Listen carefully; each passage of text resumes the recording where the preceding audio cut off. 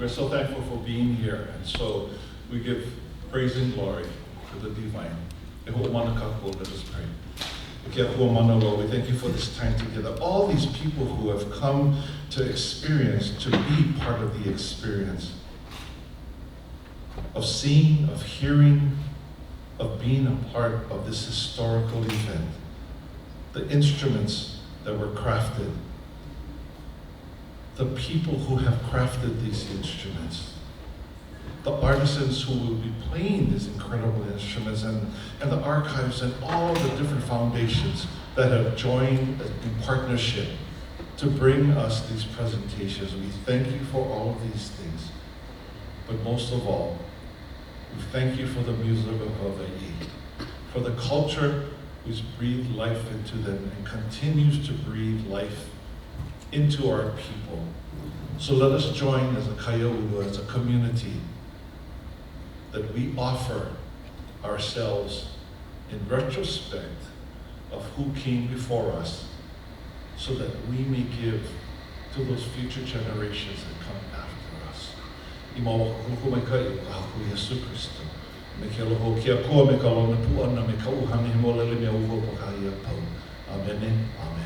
Amen.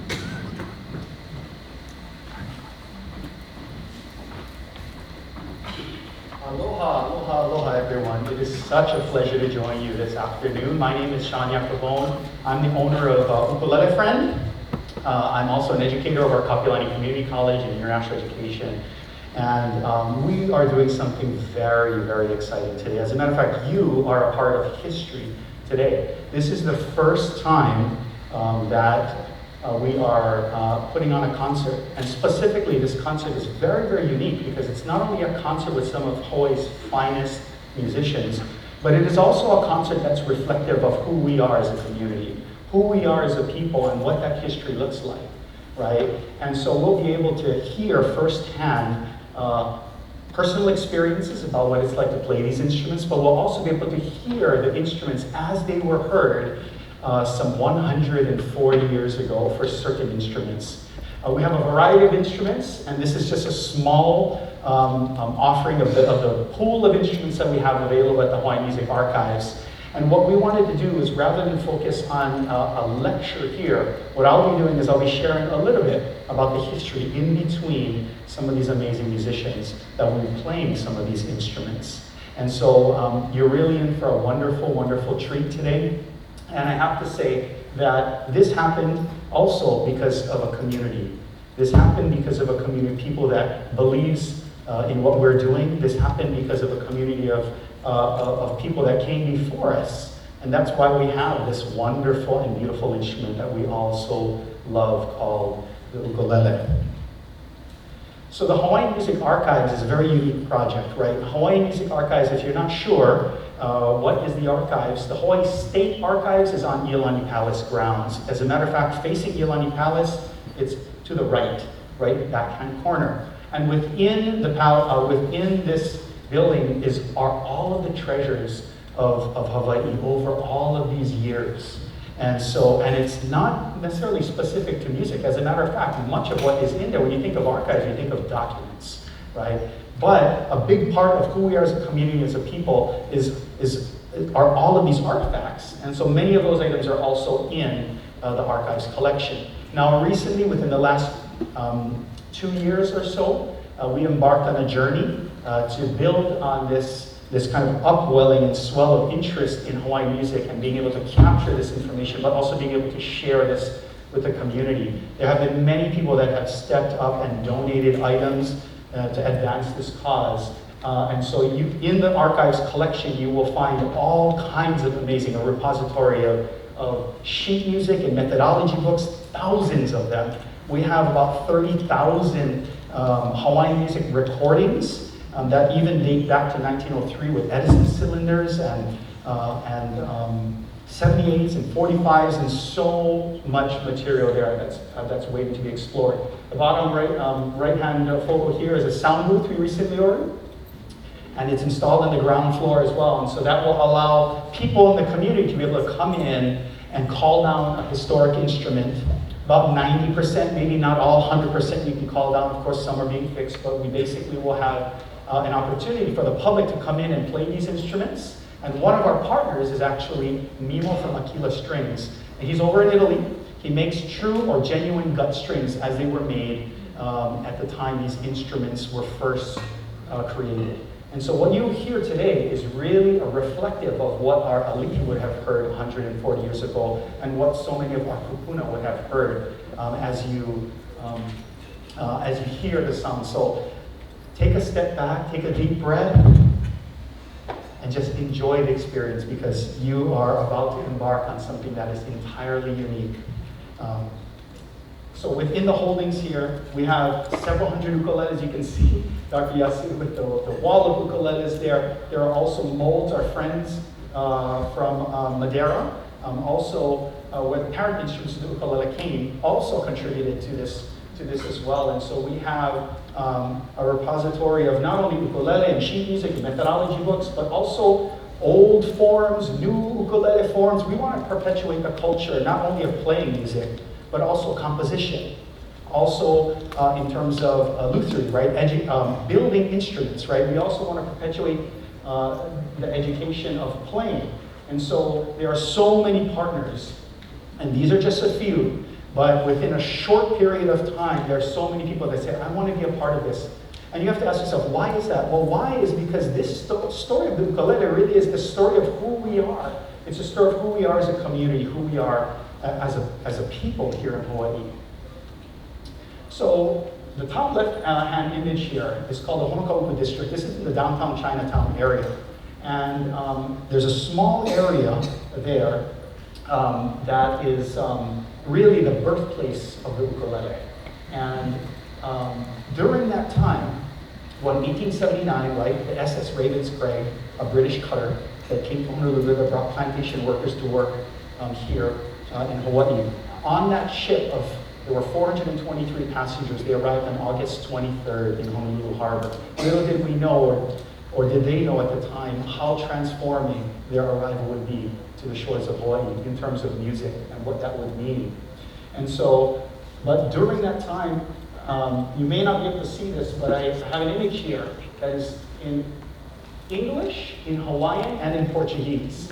You have to ask yourself why. It's a huge ad on the side of the building.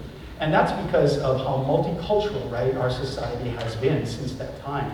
And so it was very common in the newspapers, or have various newspapers that catered to different audiences, but you would see ads like this. Why? Because everyone was living in that downtown Chinatown area or outside, coming in for commerce and other things. Now on the bottom left and right, the Royal Hawaiian Band and the Kaʻio Glee Club, 1889, 1904. We're not going to go into a lot of detail about these, but what I wanted to point out with these two slides is that their Hawaiian musicians were amazing. And because they didn't only play one instrument. As a matter of fact, with the brass bands and the winds, the photo on the left, when you're playing your brass band and your wind, guess what? You can't sing. You're playing your brass band and your wind, right? Your wind's the instrument. And so you would see these bands that existed, the Royal Hawaiian Band that existed, that played these traditional instruments or Western instruments. But within a very short period of time, you see Hawaiian musicians that were proficient in many, many other instruments. And so you would see them put down these brass band instruments, or put down the wood string instruments and pick up a guitar, pick up an ukulele.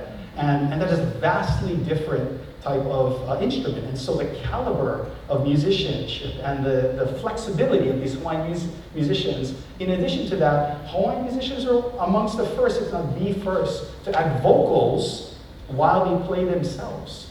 It was not common at that time for people to play and sing on their own. It was more common for people to sing in ensemble with other musicians that were playing, and they would accompany that. So this was so popular, so unique, so cutting edge at the time. Now, I'm about to introduce Mr. Doug Tolentino and Joseph as well. They will be coming up. And these are our first two performers.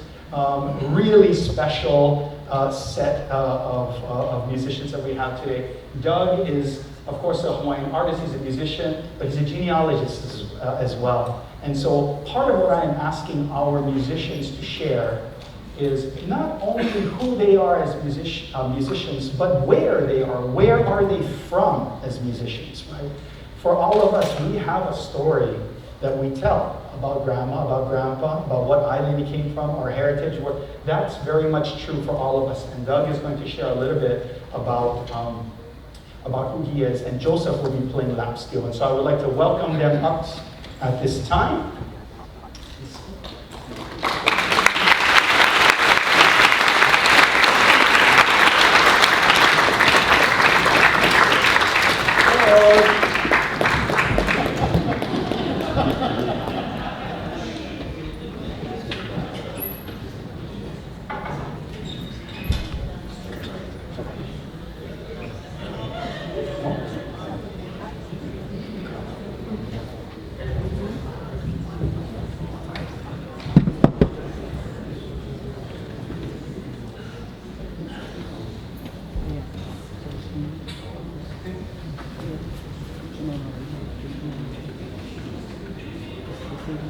Not me.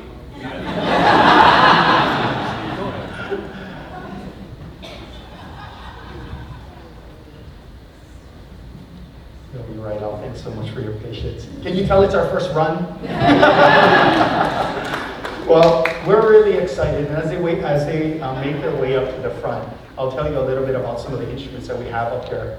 We have a variety of instruments that would include custom builds. We have historical instruments from the 20s. We even have in the center here, we have some instruments that would be considered kingdom period instruments. And those instruments that one in the far left in the back is a kingdom era instrument. And this guitar here is also a kingdom era instrument. When these instruments were made, it was still a kingdom. This is a Martin 0042. That's the materials as well as the size of the instrument. But to think that these instruments, all of these instruments on stage, the parties that they went to, the protests they participated in, right? The stories that they could tell. Sometimes you can look on the fingerboard, you see the wear. Sometimes you see the cracks, you see the repairs. Those are all part of the story of that instrument. And so, when we look at vintage instruments, yes, we look at vintage instruments, we say, oh, this one's broke, this one's cracked, sure. But we all have those flaws, right? We all have those scars when we wake up, ride bicycle early in the morning, and then fall off the bicycle and scrape my knee, right?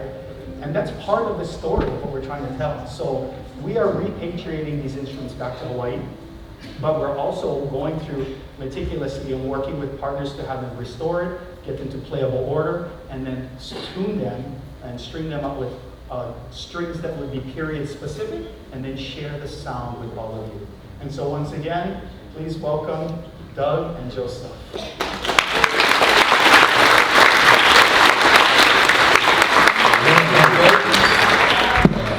I'm that guy over there. You'll never see my face that big. Anyway, I'm here to help out feature out these wonderful instruments from the time period that they come from. I have a Kumalai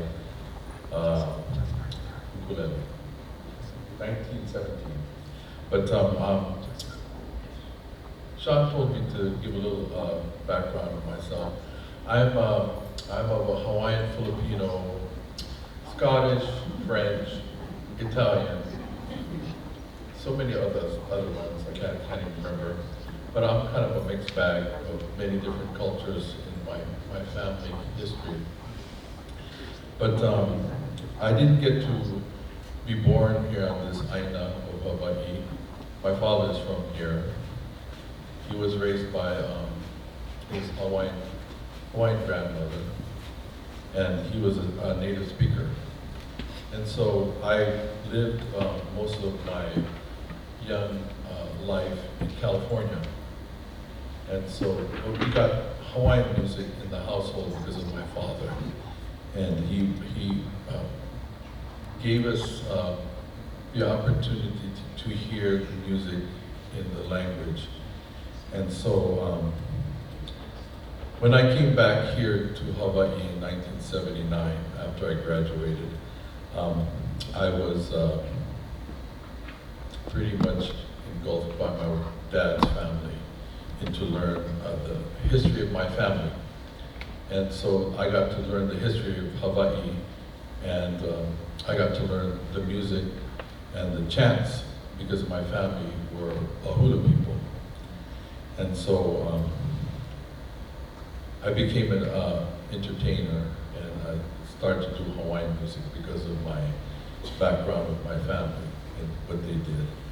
But later on, as I became a musician, I got to meet other families and other families who did music. And one of the families that I met up with was the Prendergast family. And this leads me to what I'm going to do right now for my beginning piece. I became very close to the Prendergast family because they were the same kind of family that my family were about in the history of Hawaii. Both of our families were attached to the Ali'i people, the ruling monarchs. So in the end there, my aunt, who was the granddaughter of Ellen Wright, Keko'ohiwa Ikalani, Prendergast, hanai'd me. They hanai'd me to the family. So I would,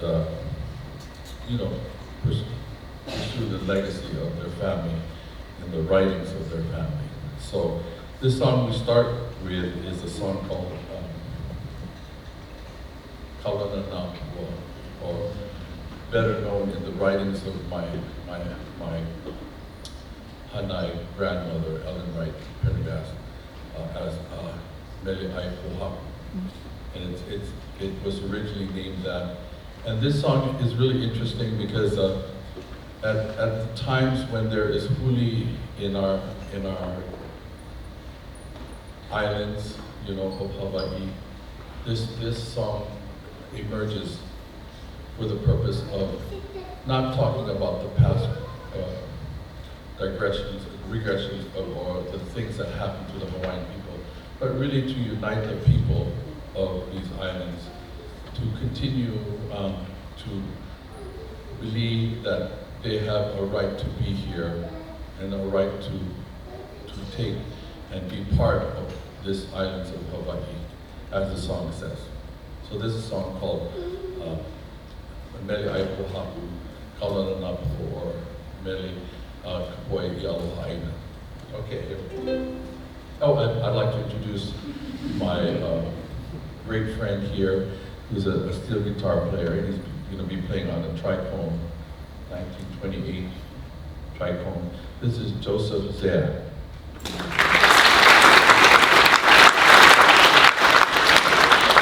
Where's Bobby? Hey.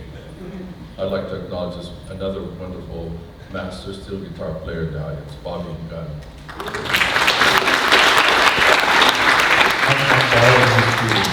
Thank you, Bobby.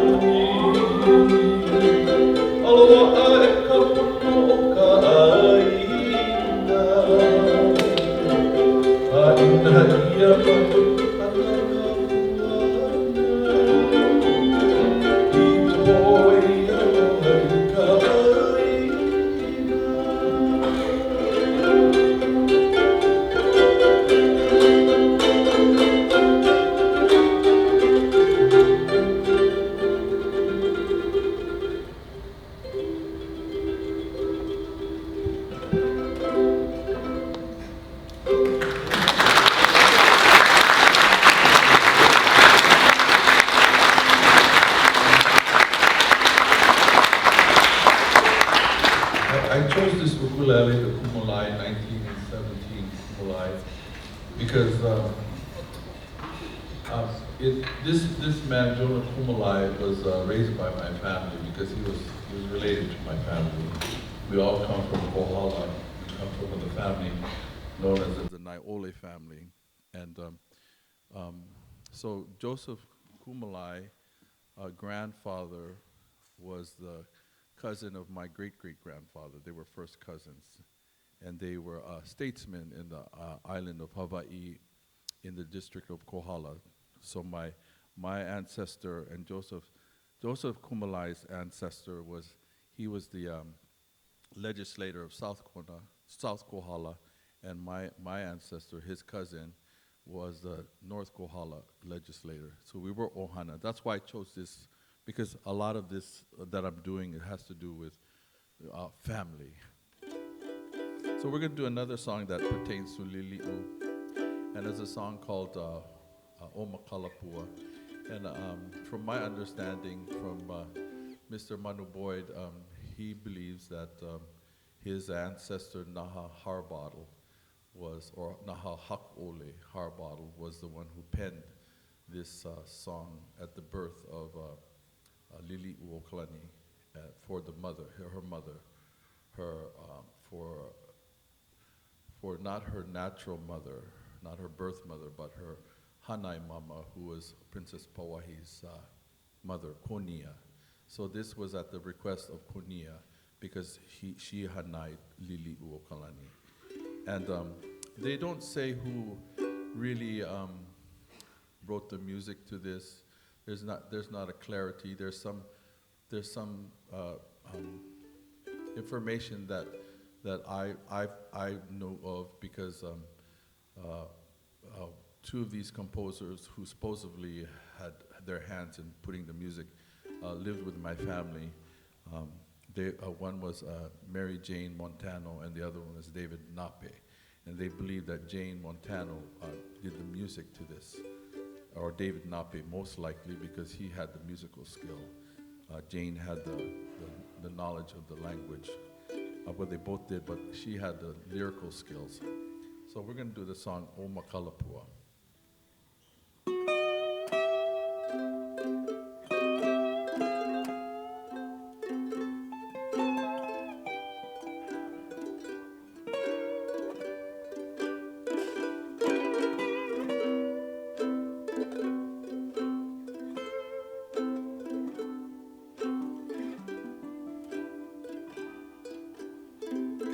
O Makalapua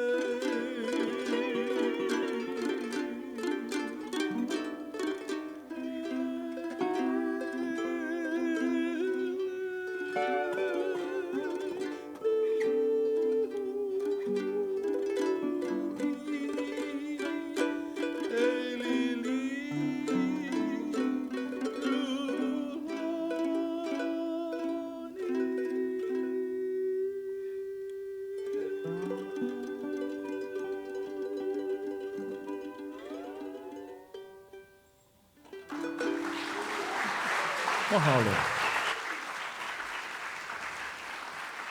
Thank you for having me. I think it's my time is done. Am I out? Okay. Okay. I think the next guy is Yes, much mahalo for Mahalo. sharing, Doug. Doug, thank you so much. Thank you so much. I'll take the ukulele too. This one, you can buy it. Yeah, thank you. So we are going to start our journey with ukuleles with the builders themselves. So in 1879, these three gentlemen came aboard the Raven's Crag into Honolulu Harbor on August 23rd. And these are the three original makers of the ukulele. On the far left is Augusto Diaz. In the center is Manuel Nunes. And on the far right is Jose do Espiritu Santo. We actually have one instrument from each of these three gentlemen in the center here. The far right-hand side is Augusto Diaz's instrument, or at least what we believe may potentially be one of his instruments. That one is not labeled, but it bears a lot of similarities to another instrument that we are quite sure is his work. The center instrument is a larger instrument. That is what we call a taro patch. It has 8 strings. Unlike the modern-day 8-string, where you have octaves, right, a low octave and a higher in the tuning, that instrument, taro patch, was actually the GCEA tuning, but just paralleled twice. And the intent was to give more volume. That's also why that instrument is a little larger on the body. The far left-hand side instrument is Jose do Espiritu Santo's instrument. And that one in particular is from about 1885. And so it was only a few years after having worked in the plantation fields that he finished up their contract. These three gentlemen moved over to the Honolulu downtown Chinatown area. And for some reason, we don't know why, but they moved so frequently within a very short period of time. You would see address shifts, sometimes twice in 1 year, sometimes once every 2 years, and you have to ask yourself, why would you want to move your shop so frequently? And so it's one of those questions we have no answers to, but at the same time, it's part of the beauty of not knowing who made the first ukulele, because it's not about that. It's about all three makers being the original three makers and all of them contributing in some capacity to this instrument that we all love. So these are the first three original makers. Now, this list, what I wanted to show you here, is that the parent instruments of the ukulele, right, were brought by the Portuguese. The ukulele didn't exist at that time, and it was through this community that this instrument began to evolve, so to speak, right? The parent instruments, there are two. One of the instruments looks like a soprano instrument. It's called a machete. And the tuning is different, though. It's a DG-B-D tuning, but it looks like a little soprano. It tends to be thinner bodied. We don't have one here today. The waist is tight. It kind of looks similar to the ones in the center column there, but the woods are different. The tuning is different. So one of the things you have to ask yourself is, when does an ukulele become an ukulele? And when does it stop becoming an ukulele? This is why we have representation of things like this, which is also an ukulele.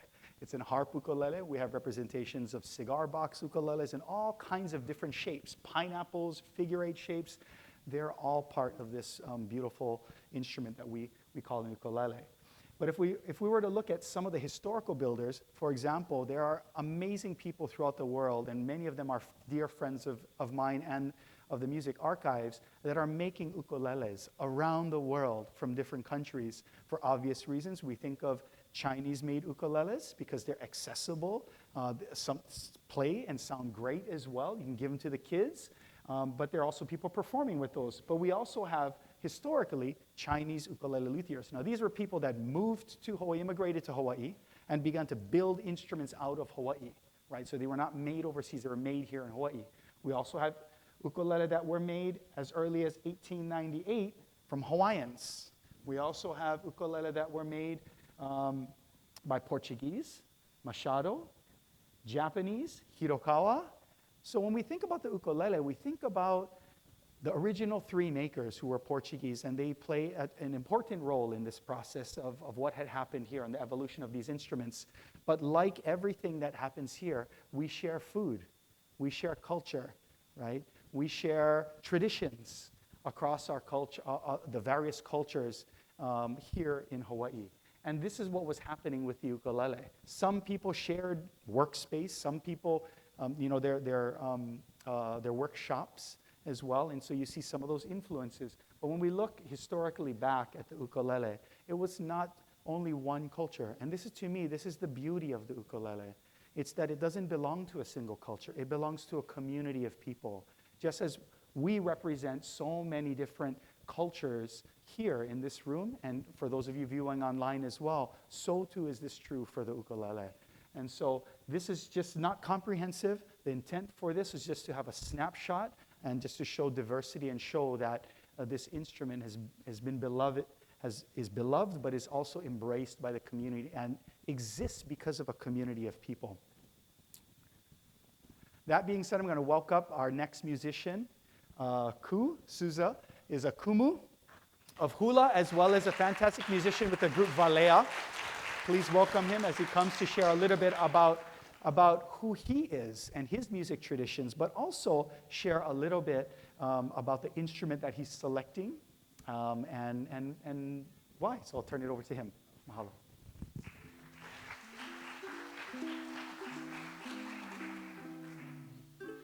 Hey, aloha kākou. So nice to see everybody here today. Mahalo to Shawn and to Adam for inviting me out. I am just a guy from Waimanalo, Oahu.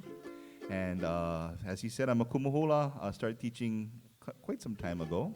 And I'm also a hula teacher at Iolani School. This ukulele that I chose was one that I got to play just last year, summertime, I think it was. They brought Lili'uokalani's crown flag back from, I believe it was Florida. And they displayed it at Washington Place. And my group, Valea, got to have the honor to play music for the people that was there, as well as just singing a lot of the songs that were of the time that these ukulele were made. And so this first song that I'm going to share with you folks is one that is quite special in that it was written by Queen Lili'uokalani while she was imprisoned in the Iolani Palace. And I figure I would open this with this song mainly because I got to play this ukulele for her flag when it came. And it's a beautiful song that really shows her heart, in which she had such a big heart that she even asked people to forgive, or asked God to forgive the people that put her into that room that she was imprisoned in for about 8 months. And so this song is called The Queen's Prayer.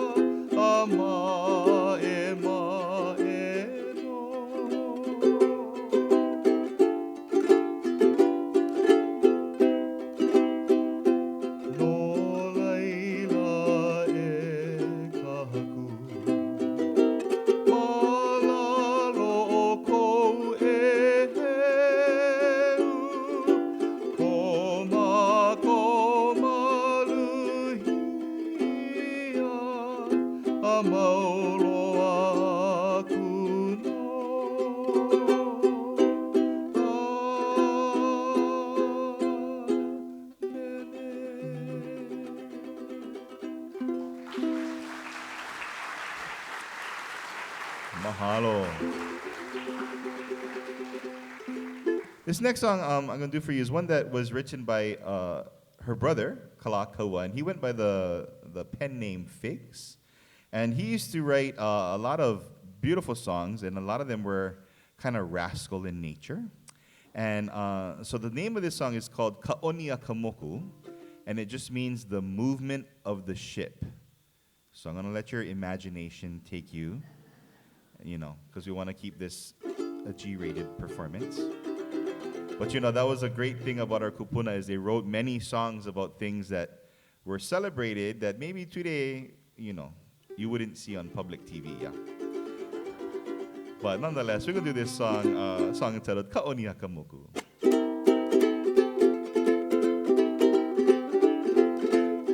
Amai ka ua ke aloha, e ka iwa kui hua o hauka, anoho ana I tamalu o ke ao, I ka olu kui wehi wehi, anoho ana I tamalu o te ao, I ta olu tui tui wehi wehi. Ka haua I ta ʻoniakamoku la, ka pipi ia ke ana wai mahula, ka pau na kanali mata helu na pau mai ta pole na ili vai, pau mai ta pole na ili vai.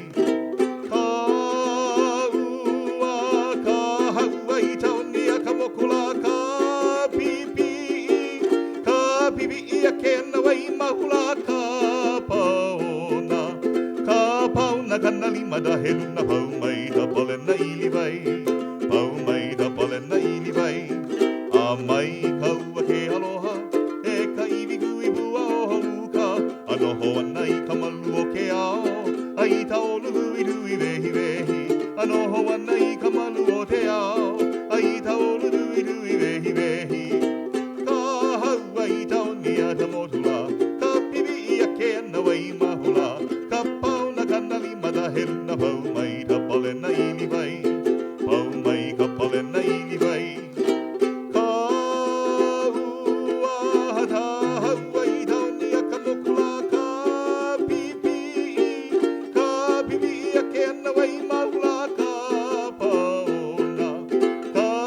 na kanali mada helu na pau mai ta pole na ili vai, pau mai ta pole na ili vai, pau mai ka pole na ili vai.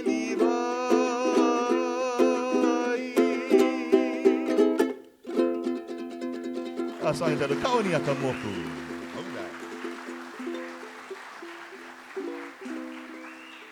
Oh, mahalo. Okay, well, this last song I'm going to perform for you is one that was made famous by Gabby Pops Pahinui. And it takes us to the island of Hawaii, to the beautiful area of Waipiʻo. A girl from Puna goes over from there to Waipiʻo and falls in love, finds a handsome kane, and then people in the valley start talking about it. And I like to tease my wife a little bit with this because she likes to watch The Bachelor. And I feel like this is the Hawaiian version of The Bachelor, right? Like, she see this girl from Puna come in, and they're like, oh, who's that? Oh, what's going on? We'll get drama. Let's talk about it, yeah? But nonetheless, it's about a beautiful falls. Back in the valley, there's two falls. One is called Hakalaua. The other is called Hiʻilave. And so I'm going to share this song for you, a classic Hawaiian song.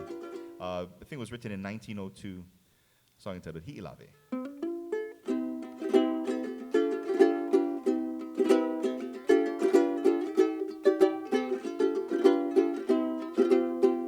Kumatata I tenai a Hiʻilave, I ta papalohi mai a o Maukele.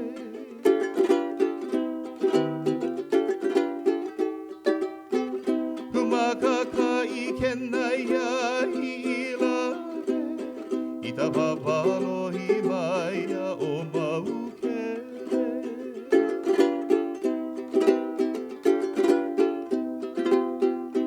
Hele mai au I ta nui manu, o walaha au nei puni Waipiʻo.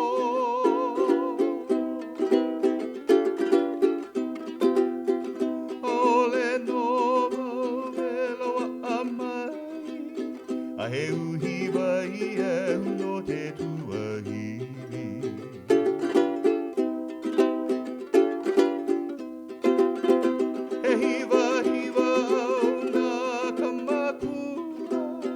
Ahelei ahai hana te tupuna.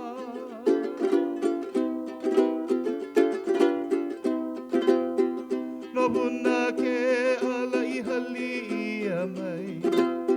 No hui tawa I lelea ohi I lale.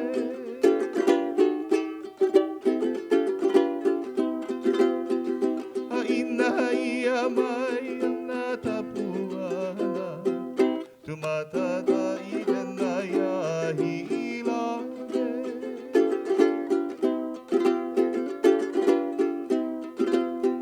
A ina ia mai ana kapuana.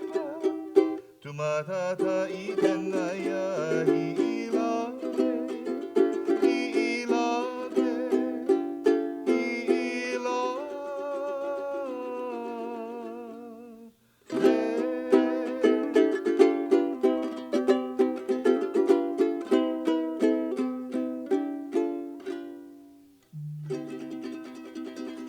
Oh, mahalo nui.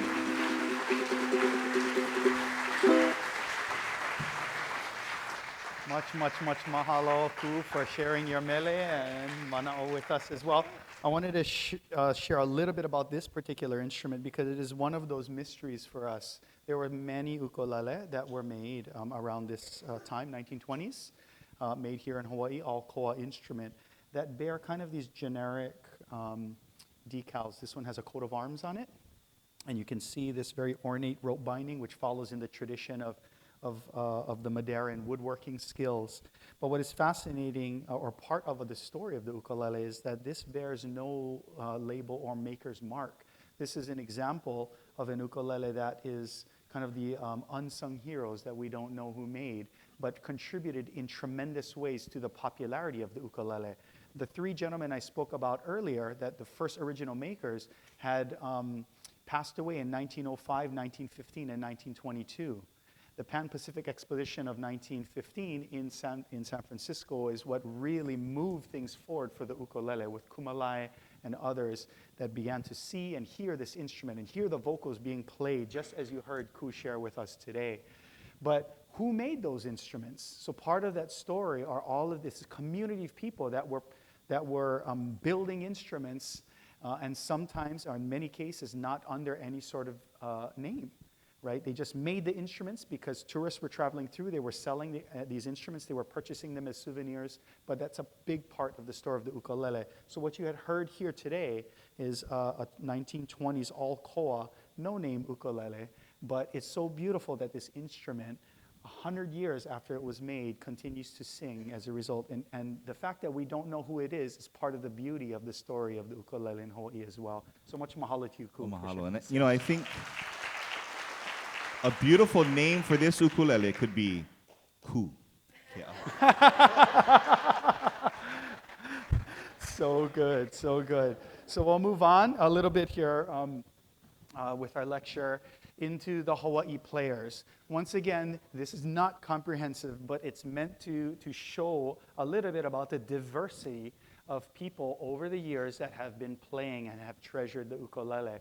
Many people know that King Kalakaua was instrumental in bringing back the culture and the arts, certainly the hula and music, but he was also a player of the ukulele, and he was known to frequent Augusto Diaz's shop as well, to be able to go in from Iolani Palace and walk in and pick up instruments and play the instruments. And it must have been an amazing experience for those at that time to be able to hear the king sing and play on the ukulele. So he certainly is a champion of music, of mele, and of the ukulele. Ernest Ka'ai is considered one of the first virtuosos of the ukulele. We often think about the amazing playing styles and techniques of contemporary musicians. Jake Shimabukuro certainly is one. Herbota Jr., we have people that are coming up even right after this. But there is an amazing list of people that could, musicians that could be on this list. But we just wanted to show a little bit. There are Hawaiian musicians. Johnny Lai, if you're around in Hawaii long enough and you heard of metronome music, he was the one that founded that, but he was also a musician.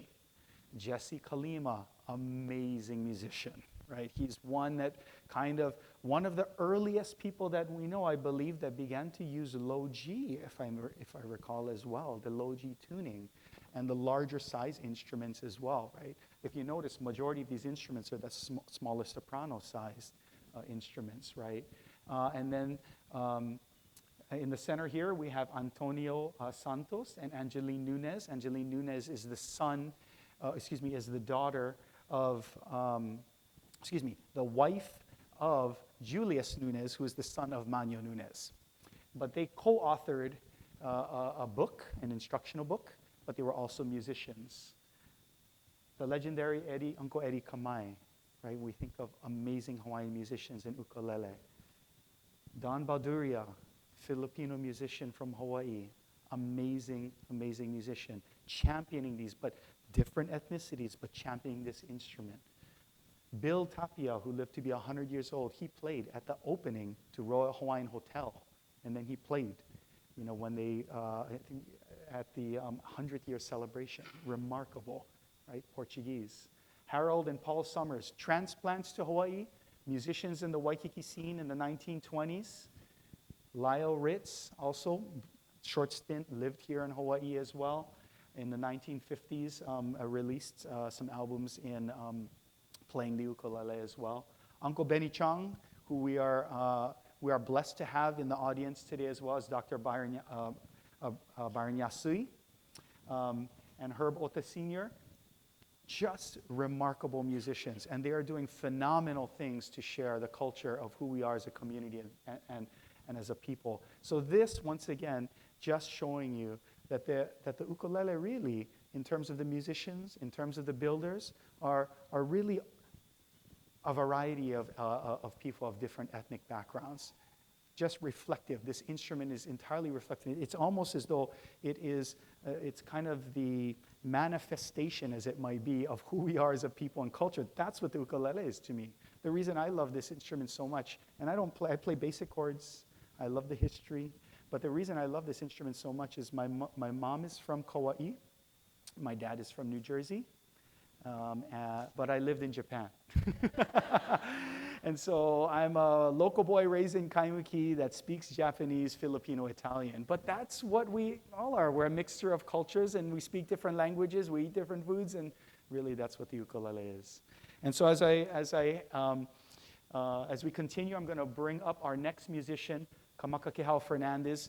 Fantastic gentleman, amazing musician, beautiful falsetto voice you're about to hear. Well, please join me in welcoming Kamakakēhau Fernandez. Mahalo. That's a joke.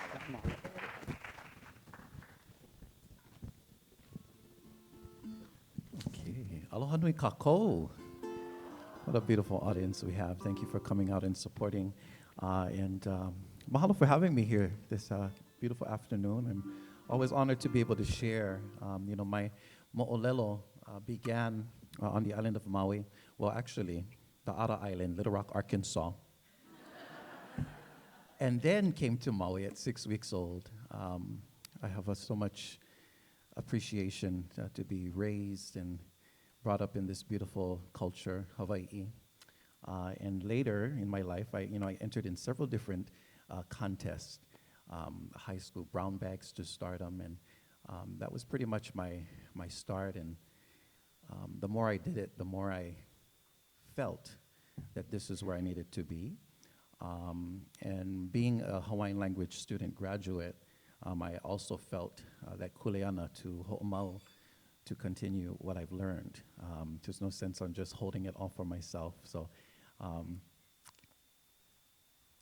giving back to the poe Hawaii, to the aina, as well as to my ohana. And so the first song I want to share with you takes us on a journey over to Maui. Beautiful song by Auntie Anake Alice na Makelua. Speaking of that beautiful mauna known as Haleakala. And this song was actually written for the Kamehameha Day Parade on Maui. Referencing my ohana as well, being the Naiole ohana, who cared for Kamehameha. So here's Halekalahula.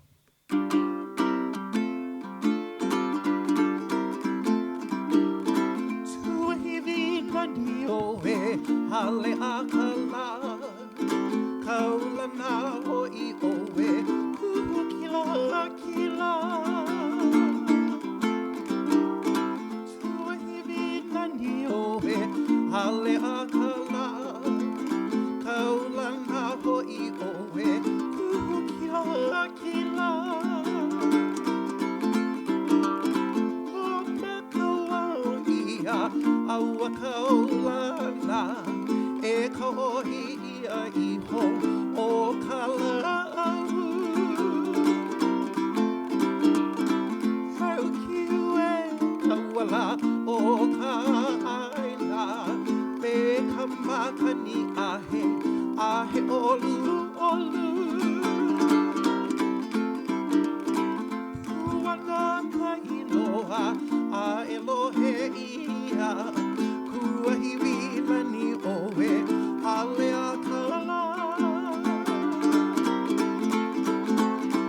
Puana ka iloha, a Elohe ia, tuahiwi lani oe, Haleakala.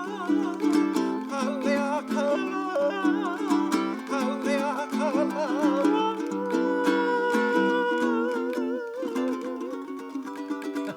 There it is. Mahalo.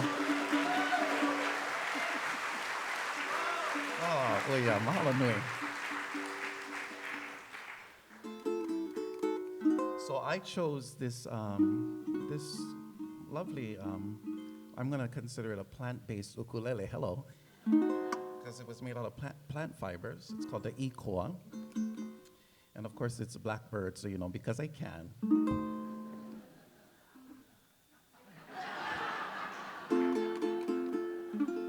Beautiful ukulele up here, but I'm going to do another original, or an original for you. Song, one of my very first songs that I wrote, titled Heleo Nani no Ia, translating a beautiful voice, and many guidances in my life, my ohana, my kupuna, another fun number. So it takes us throughout the na hele hele, and this particular bird is known as the elepaio, which when the canoe carvers went into the mountains, they'd look for this bird.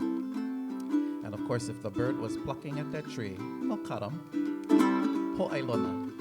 And it also represents a little bit of my life as well. No matter how many times our guides tell us, no do this, no do that, the po'opakiki within ourselves, the stubbornness, go and kick in, and then we learn. What is that saying? Bambai, we learn, yeah? Anyways, here's Heleo Nani no Ia.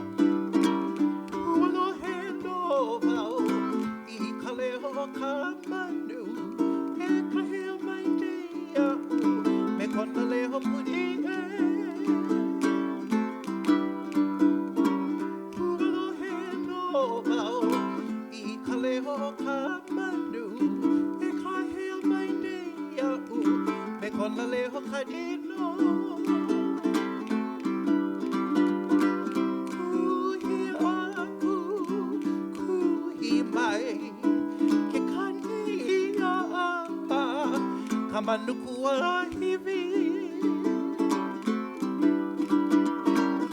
Hemeleke ia no kuumanu ele paio e kaheo mai nei au ele o hili na i e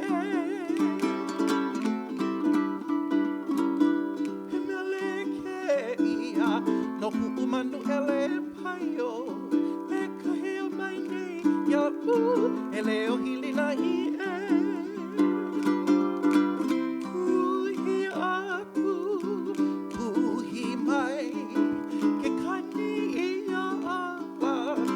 Kamanukua hivi, kamanukua hivi, kamanukua hivi. Heleo Nani no Ia, mahalo.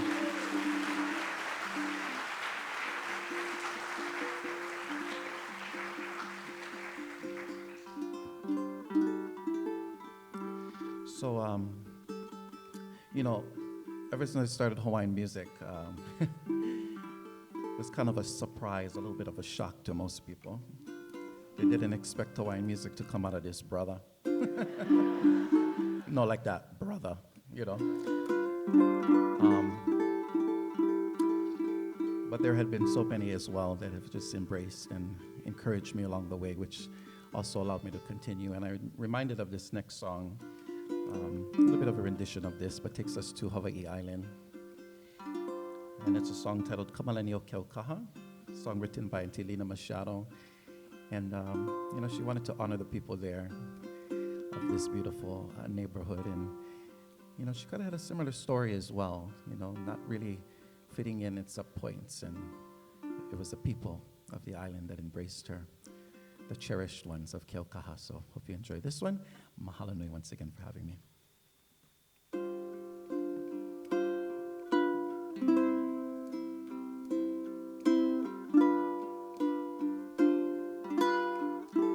Nani pua'ala ona i ka ihu e moanine i ka pai puhala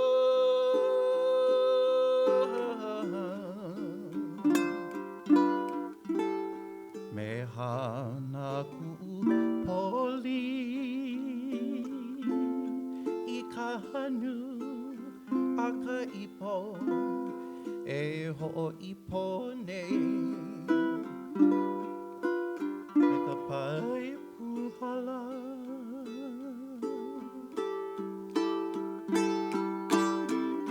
carnation i vili iha me mai le laoli ili vai di ke aloha pilipa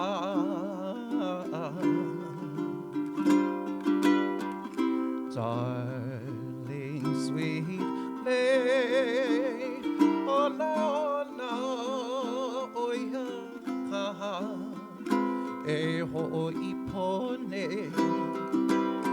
me ke kamalani o Keaukaha carnation i vili iha me mai le laoli ili vai li ke aloha pilipa darling sweet le olona oia kaha e ho ipone me ke kamalani o Keaukaha e ho ipone me ke kamalani o Keaukaha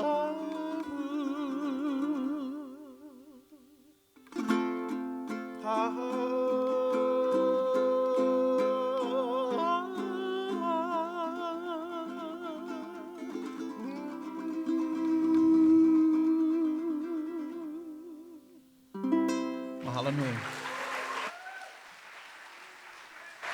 Much mahalo, mahalo. Much mahalo. Beautiful. Thank you.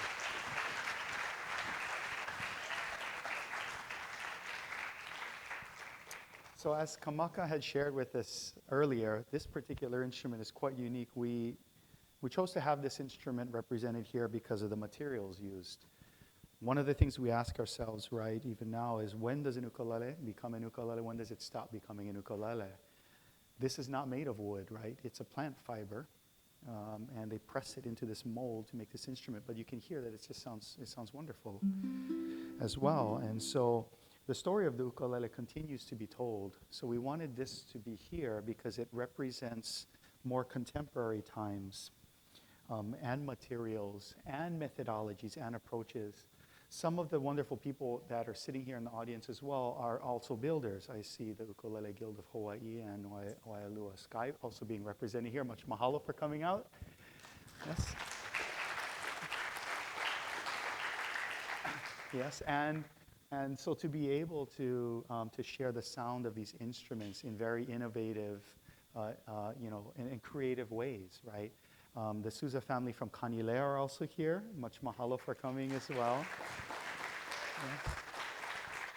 And there are many, many builders. We also have Pahukani and Chuck Moore and others that are also contributed to this project in many ways. So the materials that are used, woods, non-woods, the shape, the size. What's so interesting to me is when you look at the historical instruments and you look inside the instrument, really it's very similar to the parent instruments. As a matter of fact, there's really no change there. But yet the parent instruments of the ukulele remain on the same path that it has had for all of these years. But the ukulele changes, right? And so the outside of the ukulele changes, the shape, the woods, the size, the arch here. This is something very uniquely ukulele that the parent instruments don't have, but this taper that comes across is arched. And it's also arched over this way here. That's something that the parent instruments of the ukulele do not have. They're more consistent with European traditions in lutherie. Flat backs, right? You'll also see, of course, different types of woods, different types of materials. So all of this that we have is to update you a little bit about the Hawaiian Music Archives. We don't only have the holdings of ukulele in there and sheet music and this treasure trove of recorded Hawaiian music and molds. We also recently have been working with the Ukulele Hall of Fame. It's one of the oldest organizations for ukulele. That is a nonprofit. And the board has recently voted to be a part of the Hawaiian Music Archives.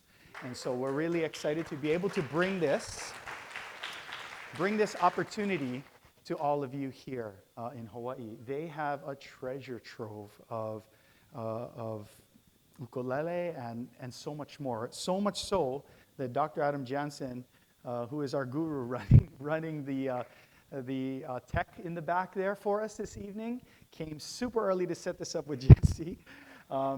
But we flew over to New Jersey just a couple weeks ago. And as you all seen, as you walked in, if you couldn't miss where this talk was being offered because of the 15-foot ukulele that is leaning up against the wall outside. That instrument was made by a gentleman, Mr. Paul Cyphers. And he is one of the co-founders of the Ukulele Hall of Fame. With him and good friends, there were many people that are part of their board, Tom Walsh being one, Jim Tranquata being another. And these are giants in the ukulele community, researchers, collectors, and builders. Actually, Paul built that 15-foot ukulele himself. And as far as we know, it's the largest playable ukulele. We can't play it today, but it's the largest playable ukulele. And so there's some exciting things to come with that particular instrument. You don't play it upright. If you guess, you lie that thing down and somebody stands on the neck. That's basically how you play that instrument. So, but you should have seen us tuning it this morning. Boy, I was terrified that the bridge might come flying off and knock me out. But that's one piece in this collection. Now, these amazing inductees, these are all the inductees to the Ukulele Hall of Fame over the last 20-something years.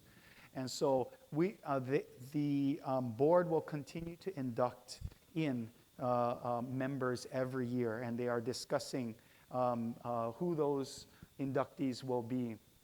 But for all the families that are represented here, some of whom are in attendance today here.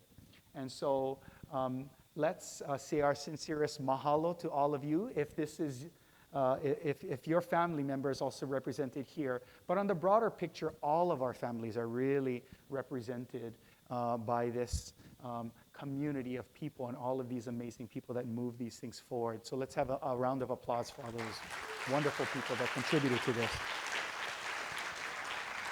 As you can see, the most recent inductee as well, down here in the bottom right-hand corner is Mr. Roy Sakuma as well, and he has been integral in moving things forward for Hawaii and for the ukulele as a whole, and we'll be talking a little bit about him after the intermission.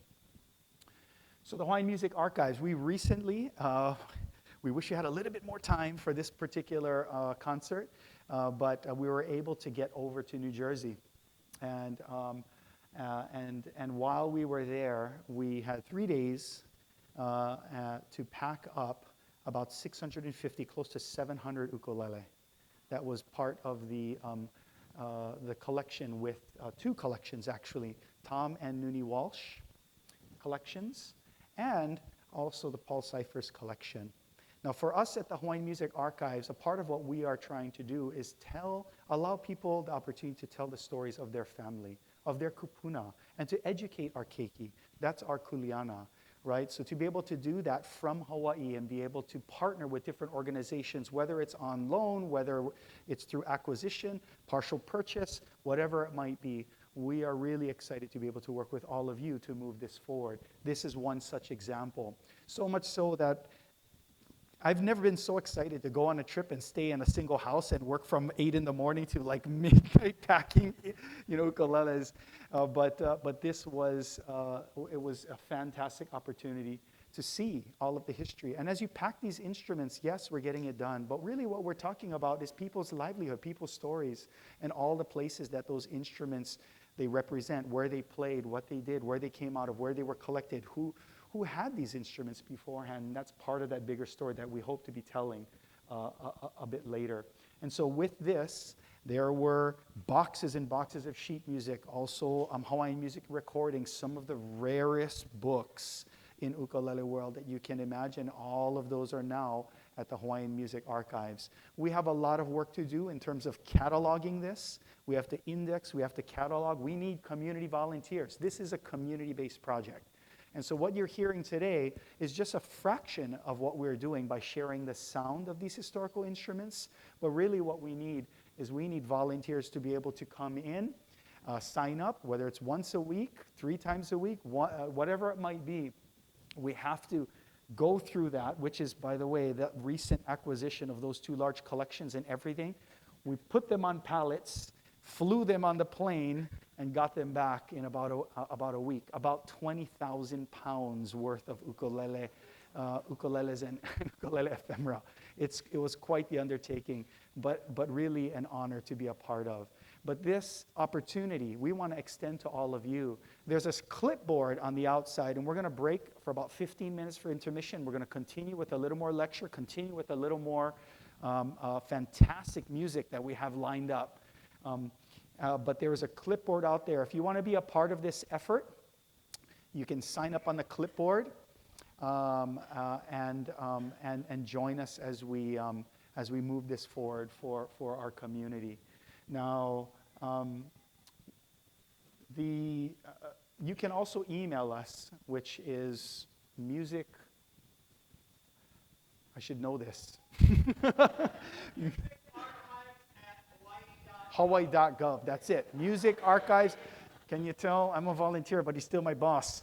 So Music Archives at Hawaii.gov. Music Archives at Hawaii.gov. And so please, if you are interested in being a part of this journey, and it doesn't have to, there's many ways you can partner with us, right? You could come down and volunteer hours to help us do the cataloging. But there's other things. We are creating a string research library, for example, so that we can look at different string materials, different time periods. If you have old strings, we would love to have that as a donation. If you have an old ukulele, we would love to have that as a donation. If you have sheet music or methodology books, we would love to receive all of those things. Forms, how to build ukulele, right? Part of what we're doing is not only celebrating how the instruments sound and play. We have to perpetuate the culture of building as well. Unlike many parts of the world where you have a master and you have an apprentice, in Hawaii, by nature of how expensive it is here, many times we don't have that. And so when a builder passes or they stop building, much of that, what we call ike kupuna, right, the knowledge base of our ancestors, is lost. And so we have a responsibility to be able to save that and retain that for future generations to come. So regardless of it's 100 years from now or 300 years from now, we have the benefit of knowing that somebody that's doing research or understanding building techniques or understanding composition, understanding how to play, the innovativeness of today's builders, Kanilea, Kamaka, Koaloha, all partners for this event here today. And we'll be able to educate people moving forward. And of that, the greatest people that we need to educate, of course, is here in Hawaii so that we can perpetuate that culture. So once again, thank you so much for this first half. We're going to take about 15-minute break and then join us for the second half. Much mahalo, exciting things to come.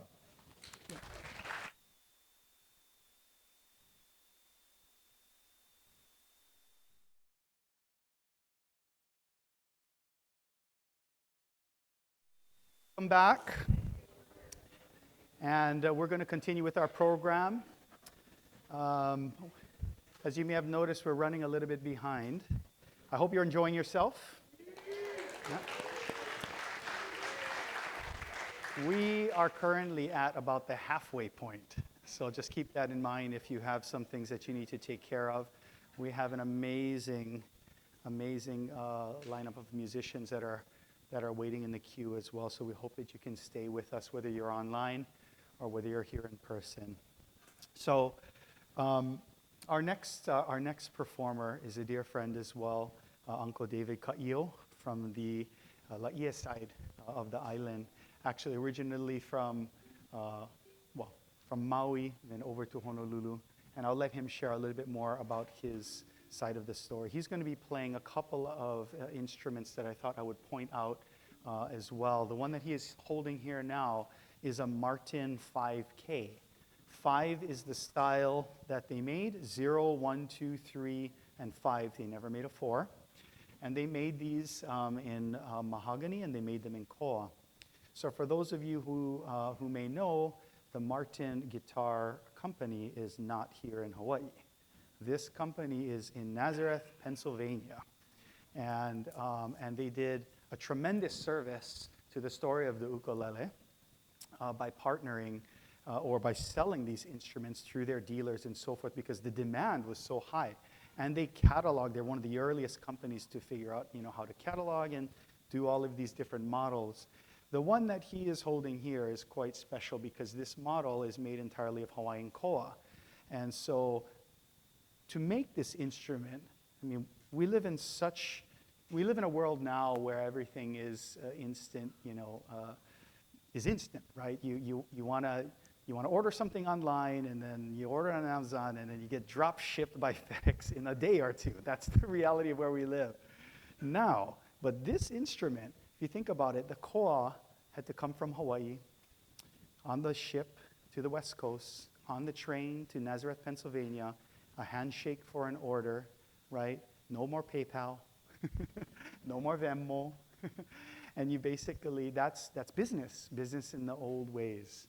And so to have this instrument, after it's created, make its way all the way back here to Hawaii is something really, really special. Martin is known also to be one of the premier instrument makers in the world, certainly of guitars and of ukuleles as well. A mainland maker, but they have worked with many musicians, and many musicians over the years from Hawaii and around the world play Martin guitars in particular, sometimes ukuleles.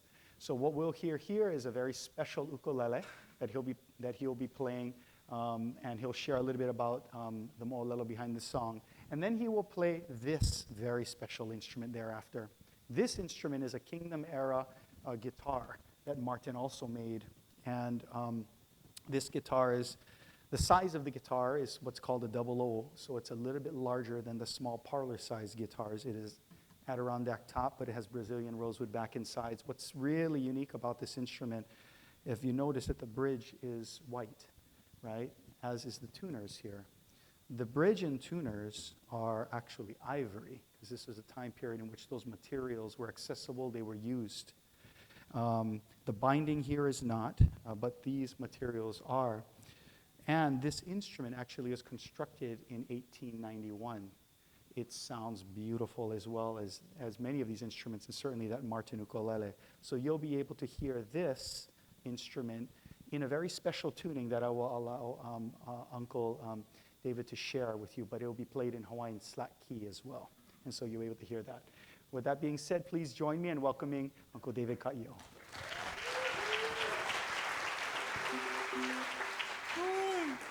Aloha. Okay. Before I go, you guys all learn that. Okay, we gotta bring this part back. When you visit somebody from outside the house, you yell, "Hui!" I say, "Aloha." I like you guys try to do that now. Okay? Hui, aloha. Komo mai ka hale. Welcome to my hale. So for the next 15, 20 minutes, this is gonna be my hale. I like to invite you folks inside. Growing up in Raiatea, I think I was like about 5 or 6 years old, and I had an uncle, Kaʻio. He was a big wave surfer, a musician, and he used to play in the evening. And somehow I got so interested in the ukulele, and I was about 5, 6 years old. And my cousin always used to tell us, because my uncle had the thing sitting out like this, and he said, "No touch my dad's ukulele." And you know us kids, no touch, you touch them. You know. But so I used to listen to him play, but when it sat like this, I was amazed because it looks nice, it sits there quietly. But when he grabbed the instrument and when he played it, I was amazed by the sound it came out. It is like every instrument up here that you see, the vintage one, each one has a character and a sound, and it has a story to tell. And that's what I find in love so much with the ukulele, and like this one. And when I was growing up, I listened a lot to the Sons of Hawaii, and I had an opportunity to play with a gentleman who was a great ukulele player. And I'm gonna send this out to Benny Chong and Bryan, because these are the next masters. Well, they've been a master for long, but we lost a lot of them. And this is going out to you folks. They're sitting right over here. Can raise your guys' hands so everybody can see you guys. Uncle Betty and yeah. If you guys can, when they're playing out, please check them out because they're amazing. I mean, chords, two guys, or even one is like a symphony. But I'm going to try to be one symphony right now.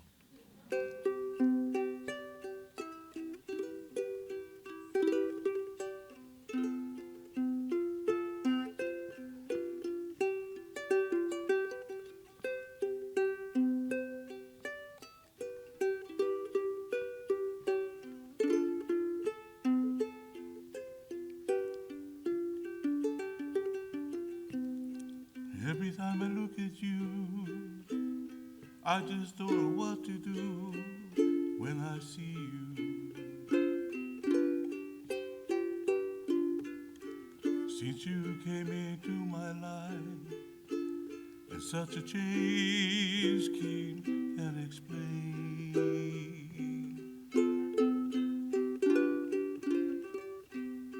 Ever since I met you, I was strolling through the park one summer day. It was love when I first saw you, and this I really feel down deep inside. It's not often that I feel this way. Since you came to my life, now you've become a part of me, and I'm a part of you.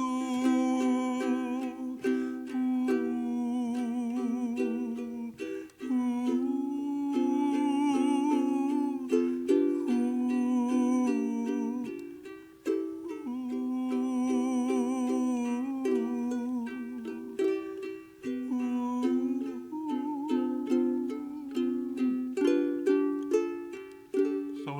Uncle Moki Ale, a part of me and a part of you. Mahalo, thank you. I'm just recovering from a cold, so be patient with me. But growing up in the country, you started learning. Majority of our family was just they played a lot of hula music, and so music was always around us. But then I fell in love with the music that my uncle was playing. It was the music of like the Sons of Hawaii, Eddie Kamai, and those are my heroes. But when I was growing up in high school, I attended Roosevelt, and so we used to run away from school. A friend of mine, a classmate, but we ran away from school to play music. He was a slacky player, and I was a ukulele and slacky guitar player. But we used to play. So one time we was up in Papokale at their home, and we was playing, and below had this lady singing, and it was beautiful. I told my friend, "Wow, who's that singing downstairs?" He said, "Well, that's my grandma." I said, "Wow, that's really nice. Sound like Auntie Genoa." And he said, "Yeah, that's my grandma." And I was looking at him and said, "Oh, that's my auntie. Oh, we cousins." But in 1986, when I was playing Uncle Mo, we was working with Kumuhulu Mapuana de Silva. And she came up to us and said, "Oh, can you guys sing this song?" And I was like, I never heard this song before. The name of the song was called Makapu'u Lighthouse. And so it was like between the 20s and the 40s that song came out. And if you know like the music that time, there was a lot of part jazz and swing in the Hawaiian music. But it wasn't just the music that caught me, it was the words. And after learning the song and singing it, when you look at the Makapu'u Lighthouse, I look at it differently because now in the song, Makapu'u Lighthouse is a girl, it's a woman. And she's there shining her light for all the seamen in the ocean, all the sailors, to bring them in and greet them and have a great evening with them. And this is going out to the Keawe Ohana, Auntie Genoa, for this beautiful song. And the only recording is Auntie Genoa singing this song. And it was something like this.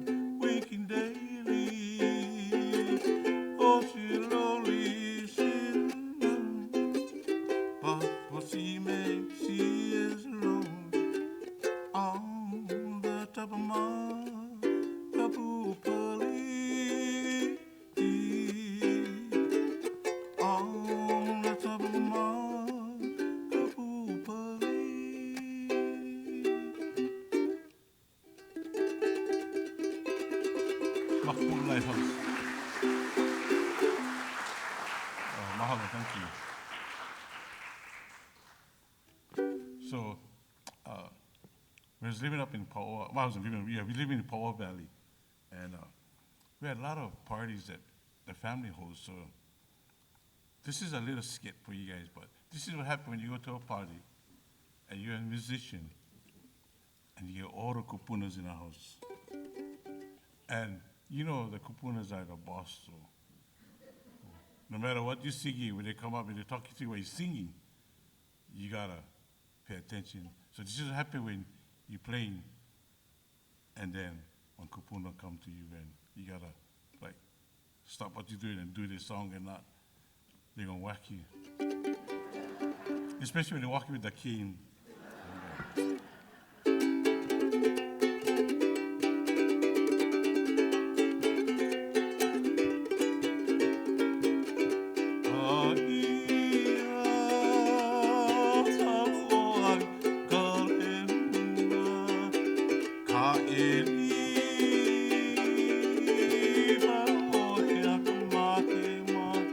This is when they come up to you. They play, hey, play my song. What you doing? Play my song. Go, okay. This is how it goes like this. A ia I kana o papa olea ka ulu ume piki no lia.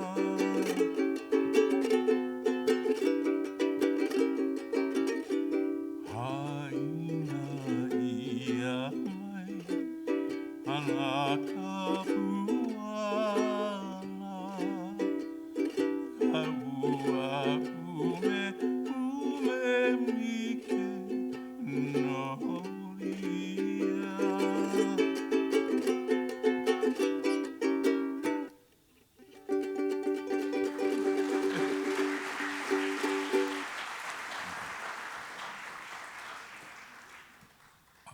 I'm gonna do this song because Shawn said.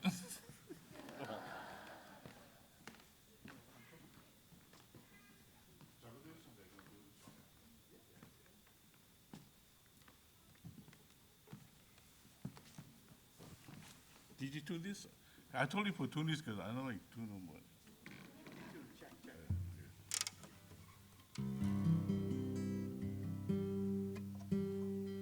This one, the G string. Yeah. The thing is so fragile. I don't like tune them. Tuning a guitar from the Kingdom era will get you shaking. So right? anyway, when he shared the guitar with me, he was like, the thing have like ivory pegs, and the thing is like they just poke them inside, like, and then C, yeah. yeah, C G E Yeah. G G. C. And Yeah, everybody hold your breath. Nah, I'm just kidding. We tuned this up plenty times already. I just playing.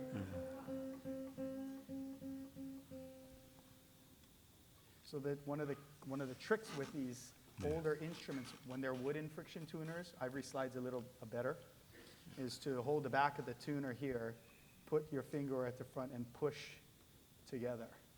And that way you can micro tune without having to deal with worrying about the tuner snapping. So the next song I'm gonna do was I was gonna do my ukulele, but since I get to do with the guitar, so I'm gonna do this one. Is this on? Sure, check.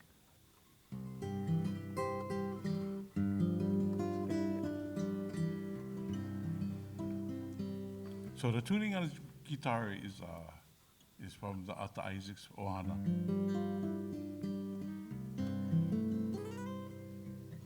But the song was written, and I was going to do it with ukulele, but that was for a tribute to Eddie Kamai, who has been my hero and the guidance of my music.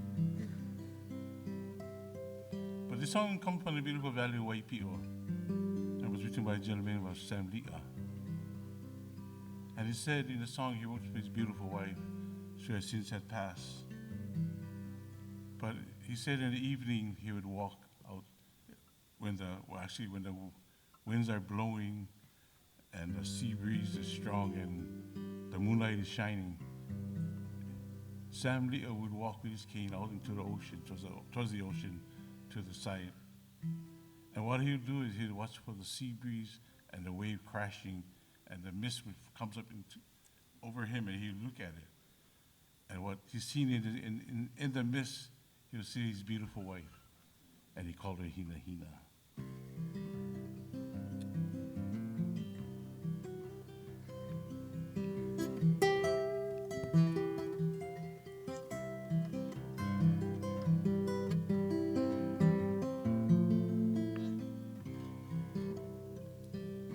Let's say hello to Chucky there.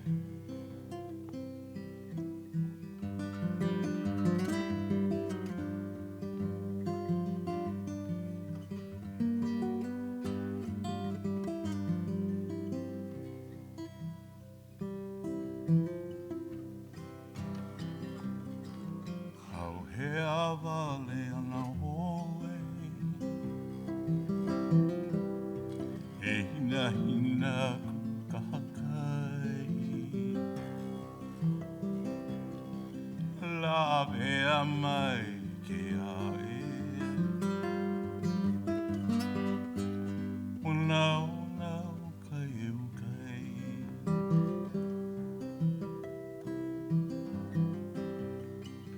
A ka hiku hiku ai,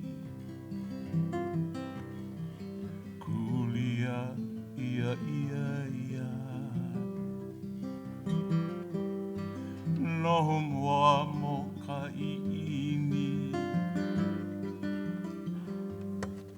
ke aroha no ia loko.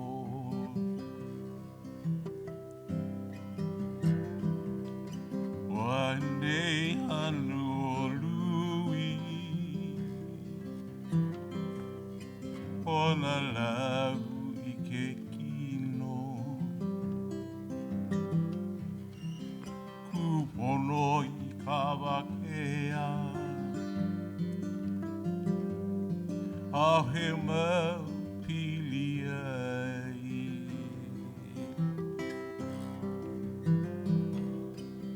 Halae kai kipo, uhi mai ka paele ele. Aina mai ka puana, no hina hina ku kahakai.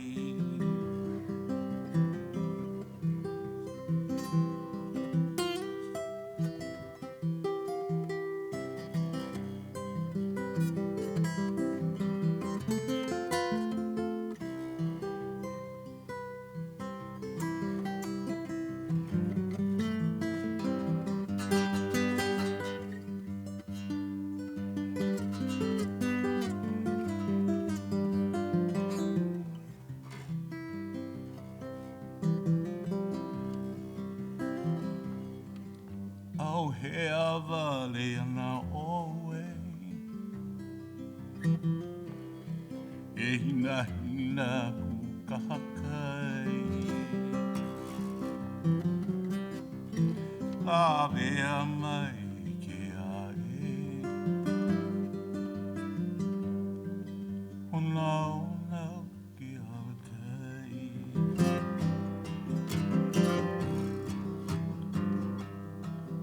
Au he awa le ana oe,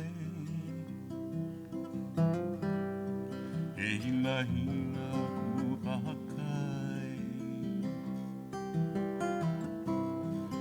La vea mai ke ae, ona ona kai ukai.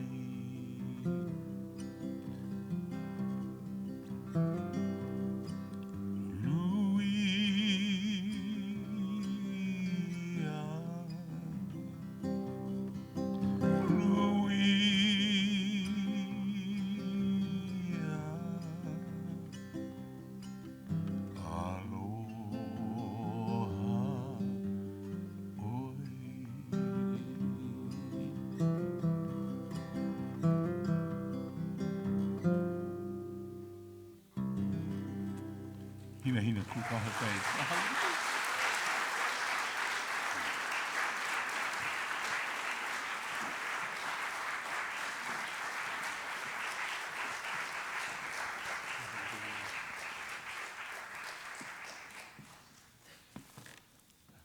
All right, I'm gonna do one more song to call out my wife to come up. Come, Gina.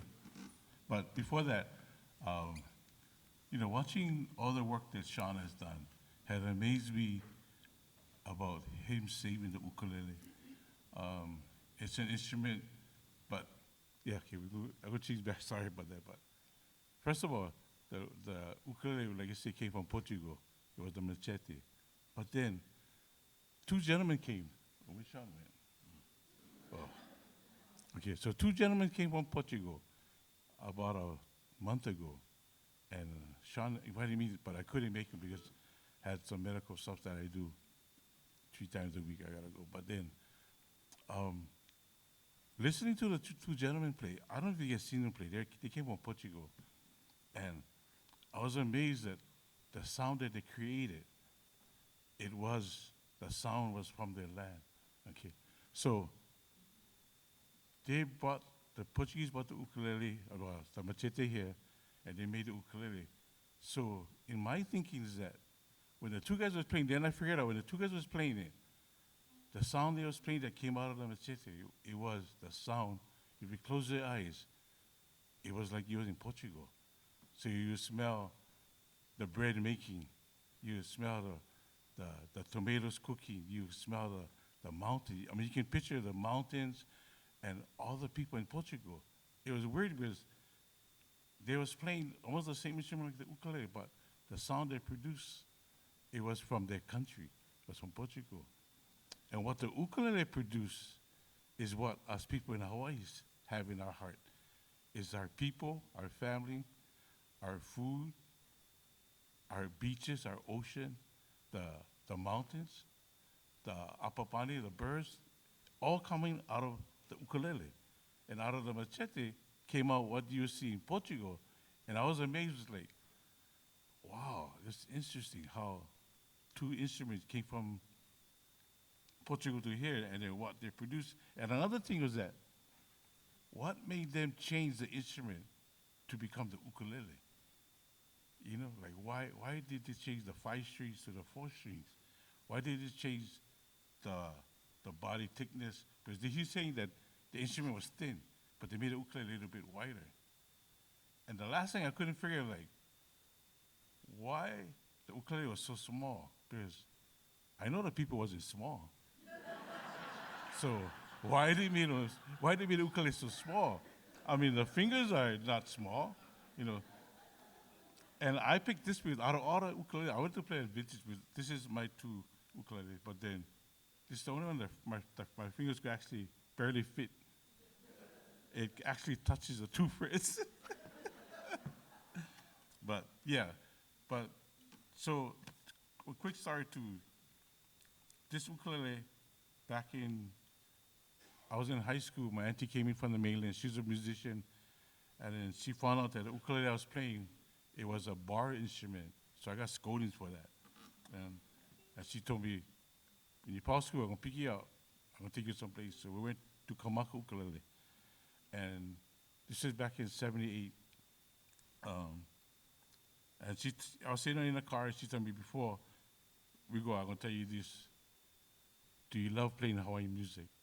Oh, Auntie, I love it. She said, no, you cannot just say you love it and because you just like play it. I said, no, Auntie, I love it.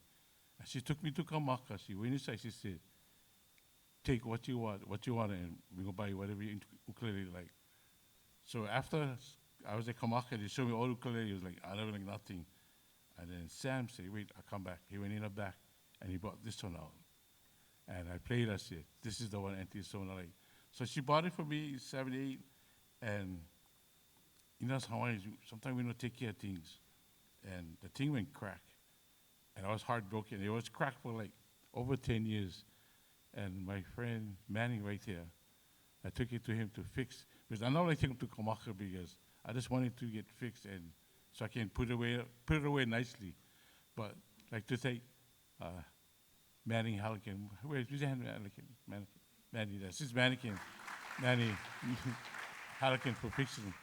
But he fixed this, and this one, the story behind this one was I was in Maui playing, and then I was going with my friends. They were just going shopping, so I went with them. But I told them we had an ukulele, so they gave me an ukulele so I could play. And during the shopping, I sat in the car and I was playing.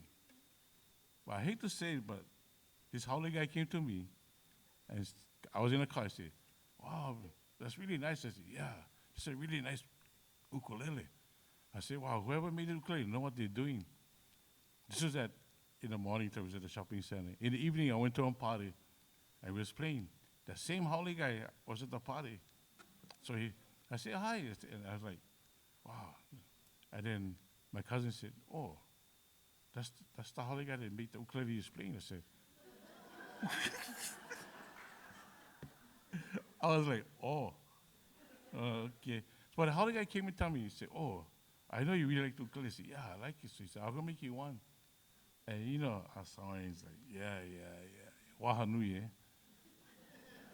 So I told him what I wanted. I wanted one full string, everything. I wanted the body wider because at that time I was playing Uncle Mo, and Uncle Mo had one from Casey Young that had a white body. And so I kind of like the style of Uncle Mo's, so that's why I kind of like told the guy. So he said, okay. 1 month went by, nothing, 2 months, 3 months. I was like, forget about it. Wahanui. But then, 8 months later, he called me up. He said, David, I get you ukulele, but you gotta come Maui, come get him. Got on a plane, went. He wasn't even in haiku at that time. But he was teasing me because he bought one ukulele. I was like, oh, yeah. But that's not yours. So, good now. He became another one. Oh, it's one more nice than that one. Yeah, but it's not yours. So I'm like, oh, this guy, okay. You know, sorry about that subject. I keep on looking at it, look like an AI picture. But, yeah, so then when he bought up mine, I was like amazed. I was like, wow, this is nice. And yeah, came out of Maui. The guy was from Maui Magic. And, come, Jim. Yeah. But come, Shawn. So Shawn then was collecting all these very beautiful ukuleles. So in my collection, you know, everybody, musicians get, I think I got like just a small collection of 10 ukuleles. And I had one that after I got it, I took it to my friend for fix them and everything but he said, you know, it was something that I'm gonna spend too much money to get good, but so I figured, I know what I'm gonna do. I'm gonna give him to this guy. And I'm gonna do him today. So here it is.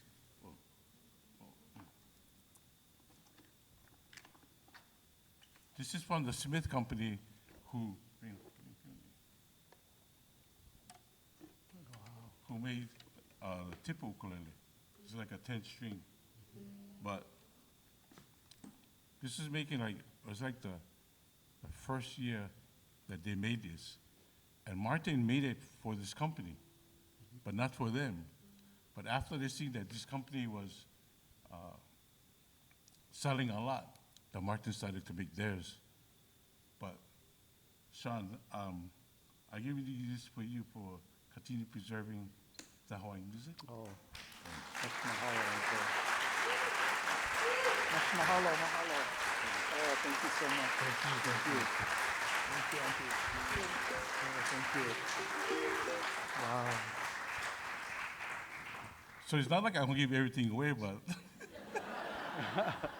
so the story is that I got this from a Holly man, and I thought I could fix it and play it and everything, but then after all the stuff I gotta do to it because the bridge on that thing is not for put a pickup and you gotta change the bridge and it was too much stuff. So like, I'm gonna see Kamakakēhau if he can make me one. Maybe Manny might present me one. Then I can put him on the stage here next time. So this is my Gina, and this part is sharing the ukulele, the music, the mele, and hula. As a musician, we tend to play everything like how we want to play it, everything. But when you have a hula dancer, it changes the whole format of the song, and it becomes they're the storyteller. This is who you watch, not the musicians. The musician is to play for them, and I'm so glad that my wife was able to make it today with me.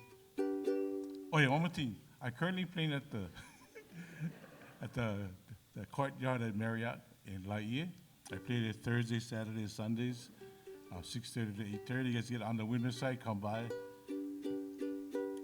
But it's gonna be my last song. The song was written by Kihei Silva, and the music was done by Uncle Moke Ale. And I got to do this song with him on his album, Part of Me and a Part of You. The songwriter writes about how he was at the beach in Lanikai, which was original name was called Ka'ohau, and how the people was explaining all the different names in Lanikai or Ka'ohau of all the new names like the Peel Box or Smith Rock and all that kind of stuff.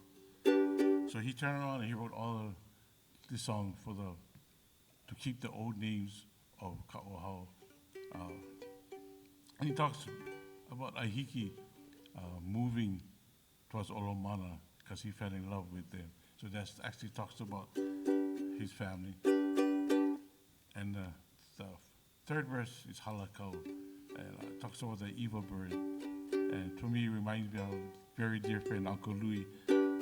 But here's a song entitled Hano Hano Wailea. This is my wife, Gina.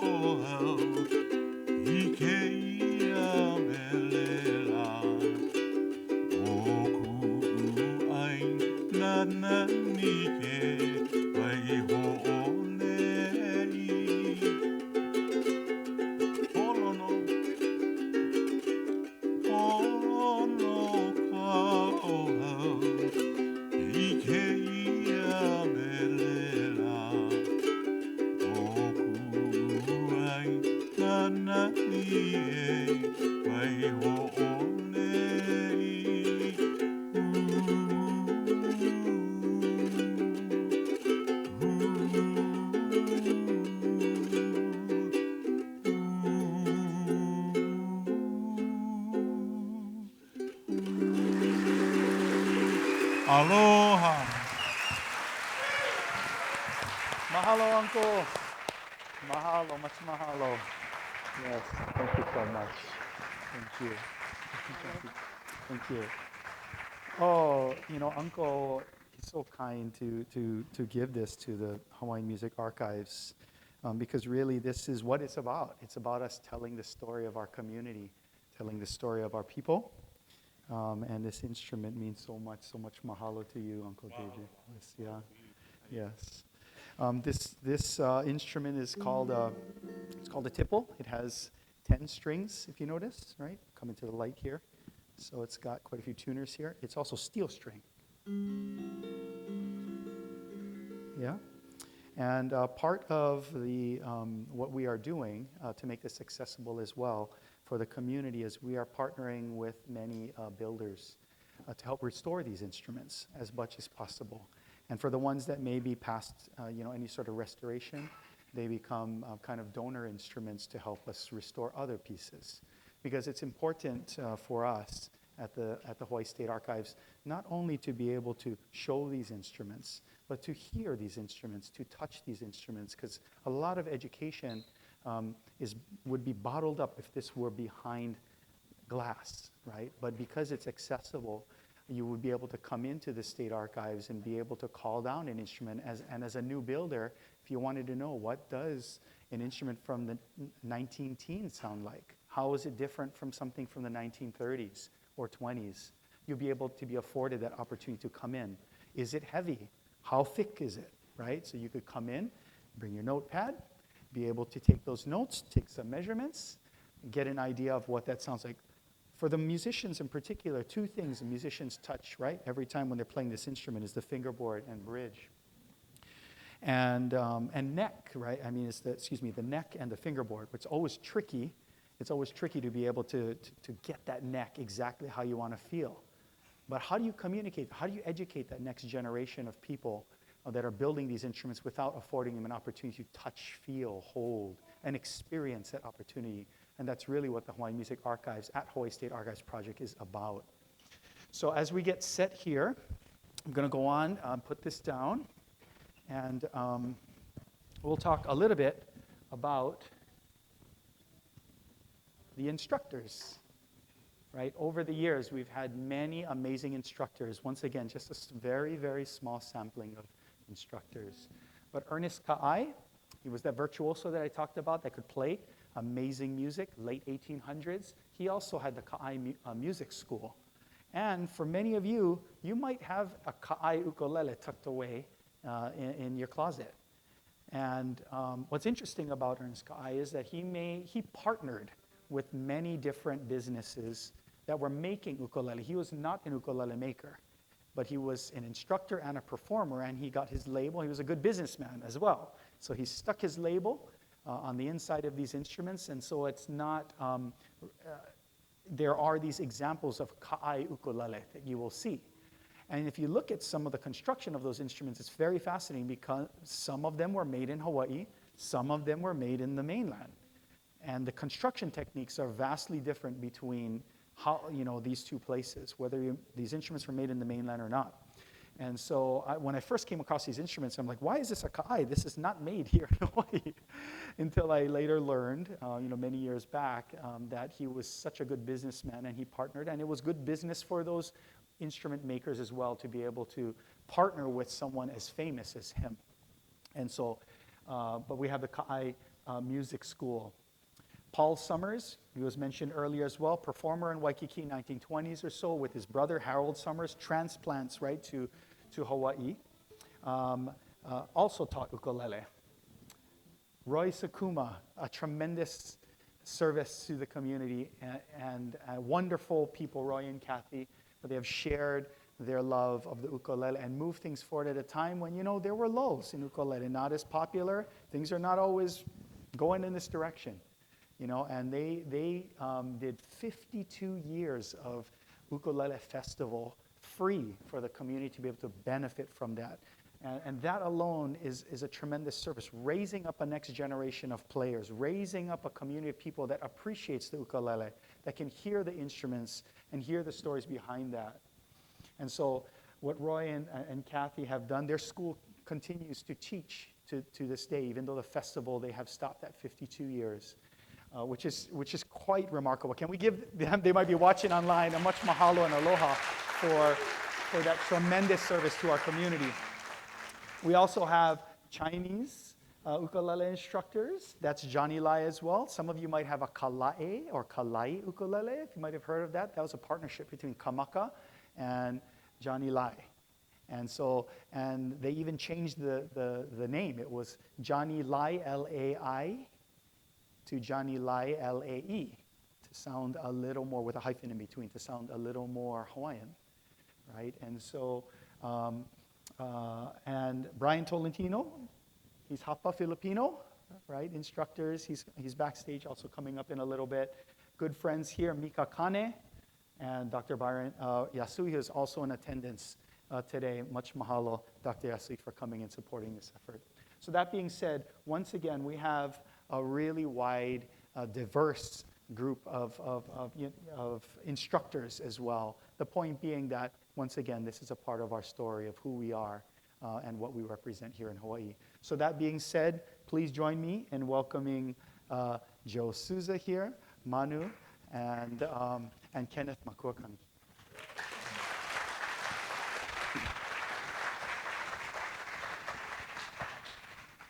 Aloha mai ka ikako. Hope everyone is doing great. Isn't this an amazing event? Yeah? Another round of applause for all of the wonderful artists who shared their beautiful mele.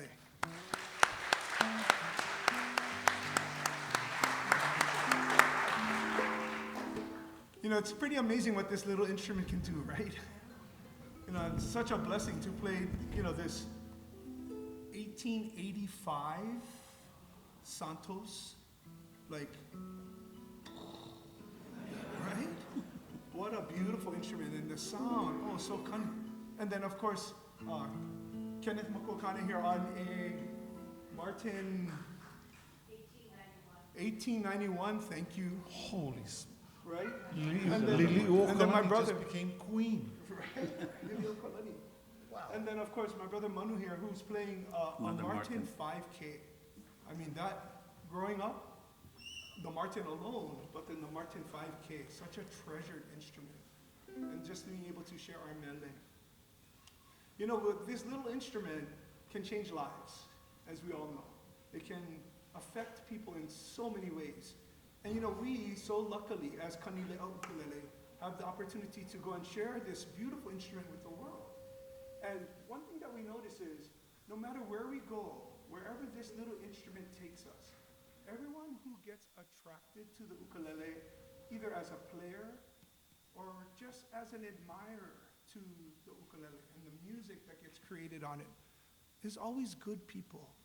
Good people find this instrument, and it brings good people together.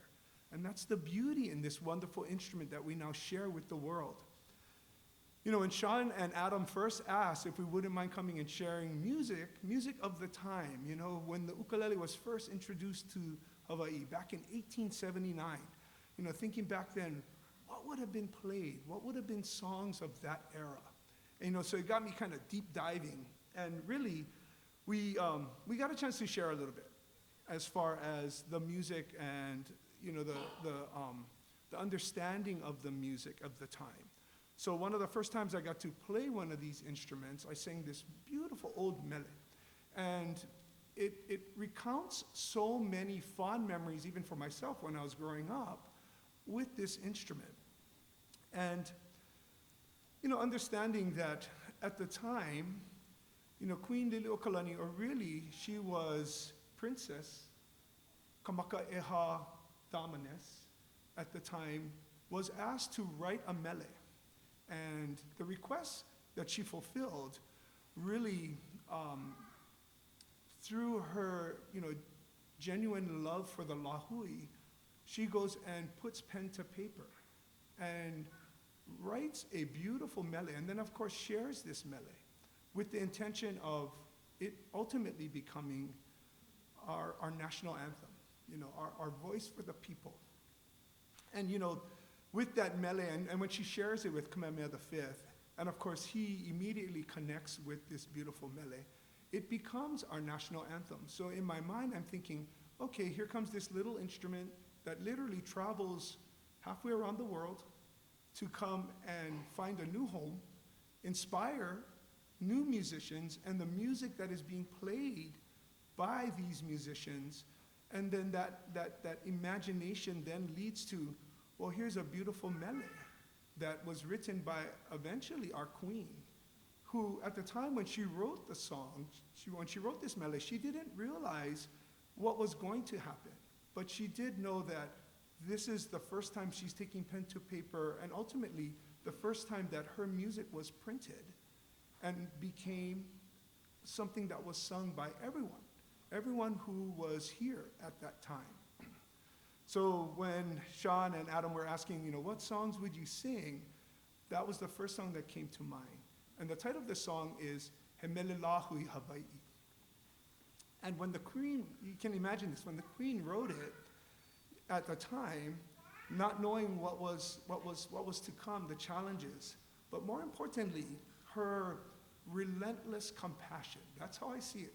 This relentless compassion that she had for our pai'aina, for this beautiful state, and also for the people, kapo'e of Hawaii, our lahui, and how much love she had for them to give them a voice in then singing.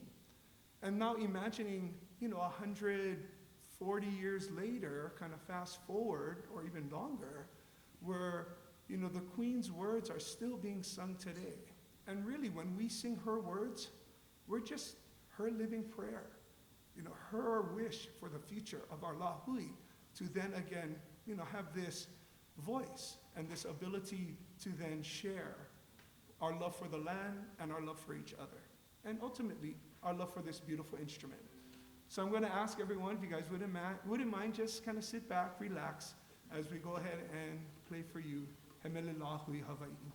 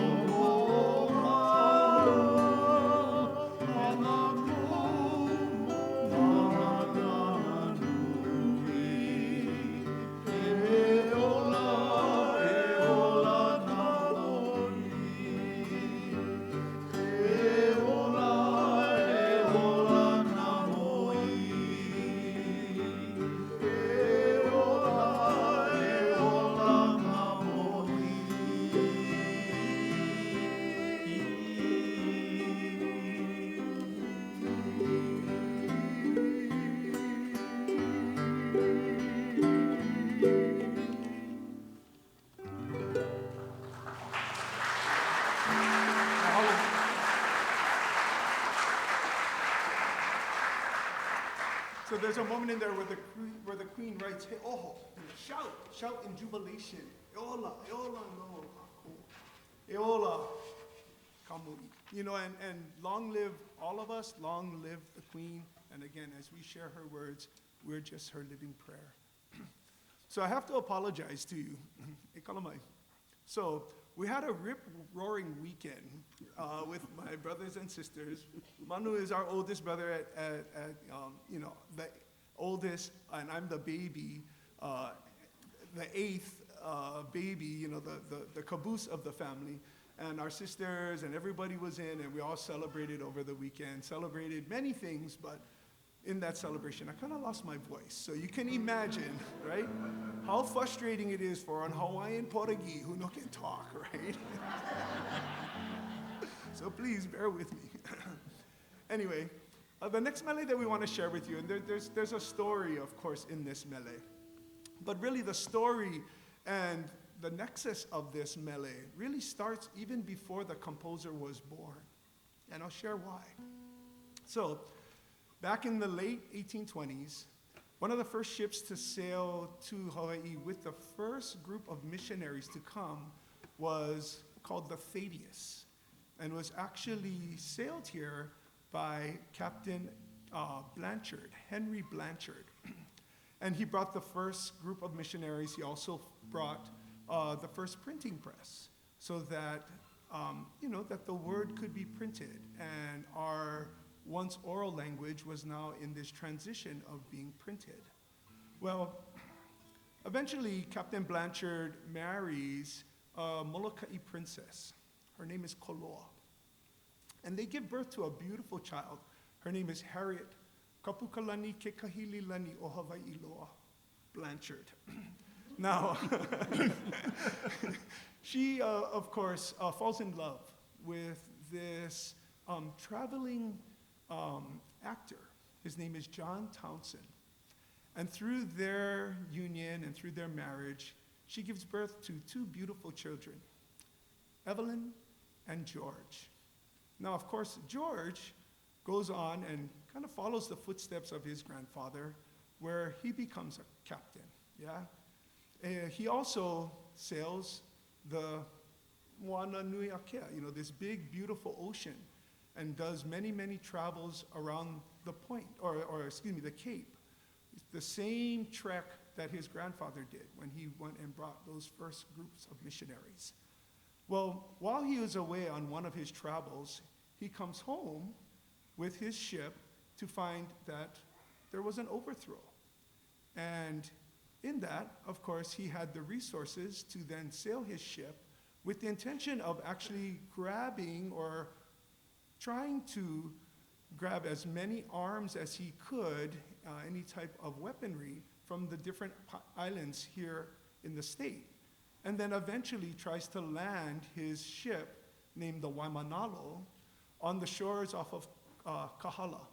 In fact, there was a point there where George had run out of fuel, and literally he used the deck of his ship as fuel for his steam-driven engine or his steam-driven ship. Well, in that, of course, he got busted, basically trying to bring in those arms, and he got imprisoned. All the while, his sister, Evelyn, was also in prison, of course, but her prison was the Iolani Palace with Queen Liliuokalani. Now, as Evelyn, of course, during that time, her son, Johnny, and of course she married C.B. Wilson, or Charles Burnett Wilson, so now she is now Evelyn. Kitty was her pet name, Wilson. Their son, Johnny, would then send flowers to the queen. And so everyone kind of hears little tidbits of this story where now the queen was staying abreast of what was happening out in her lahui, or out with her people, via the newspapers that were getting delivered to her while she was at the Iolani Palace. Now, of course, the song that stemmed from that, which the queen penned, ultimately became a song that she shared the moment where she recognized these flowers that were getting delivered by this young man, and ultimately the song ʻUkulele stemmed from that experience from the Queen. Now that mele, of course, that we're going to share with you is very near and dear to us, because here was our grandfather and our great-grandfather, who then was still, you know, he was a hero. He was trying in what he could do to ultimately help to restore. Now, of course, again, tying in our Queen's relentless compassion for our people, as we are here today and still able to share these beautiful mele. So we'd like to share with you this mele entitled ʻUkulele.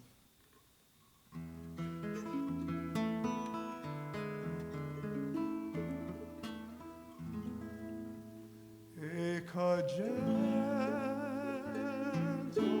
breeze, it wafts my name. I ka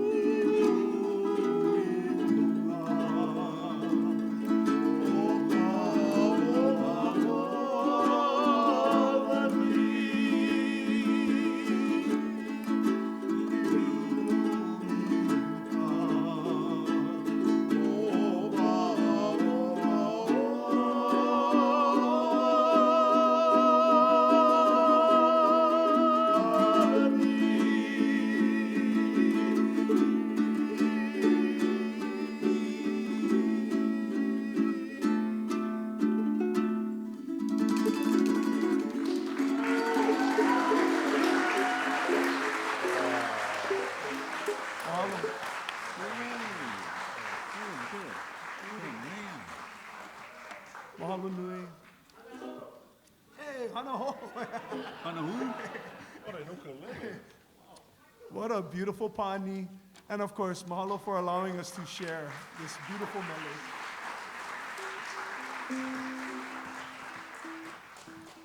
You know, growing up, this ukulele, not this particular instrument, but you know, this little instrument, like, changed the world to me in so many ways. You know, besides learning how to play and playing songs that were very popular of the time. You know, going to Sandy Beach, growing up, you know, chicks dug it, could play ukulele. You're like, oh wow, I can play ukulele, right? But ultimately, I didn't realize the seed that was planted. And that seed that was planted was actually from our aunt, my mom's twin sister, who literally was my 4th grade music teacher and planted this seed, the seed for the love of this wonderful instrument. And you know, when she taught, in this case, she always taught, when you play, you sing. When you sing, you play. And that was her way of teaching, right? Because her ukulele went everywhere with her. And she always busted out, and here we go, island medley from the top, you know, and the things that she would do with this instrument in bringing us all together as family, yeah? And that just fed this young, inquisitive mind to, how does this instrument work? How does it make a sound? How does it hold a note?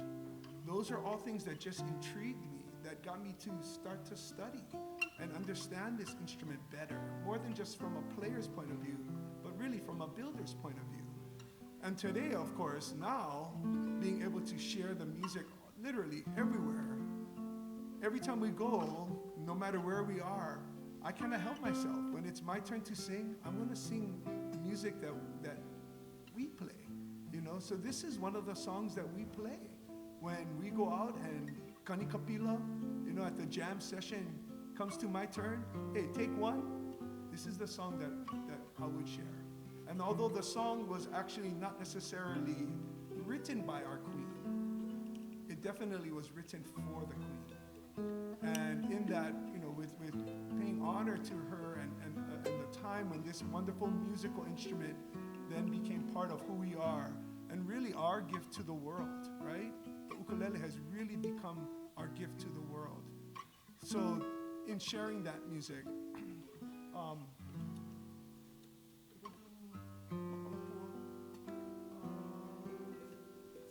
KFC? Kalamai.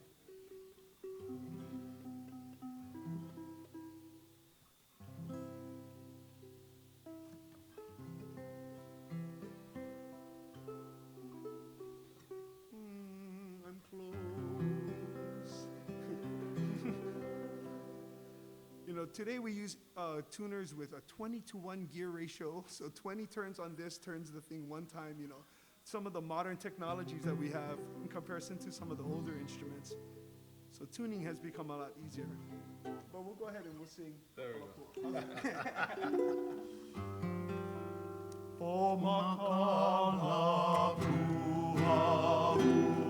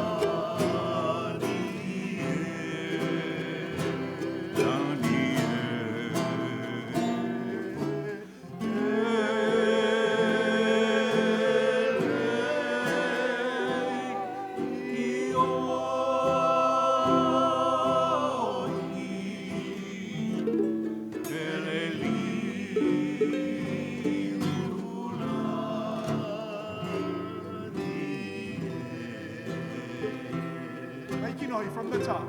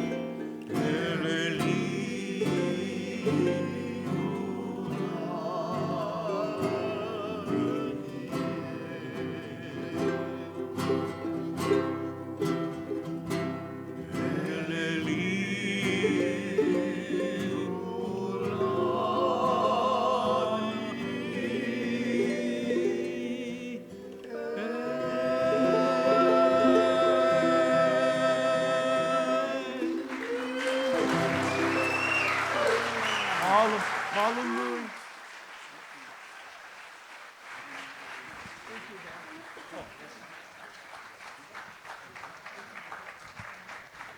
Much mahalo, much mahalo.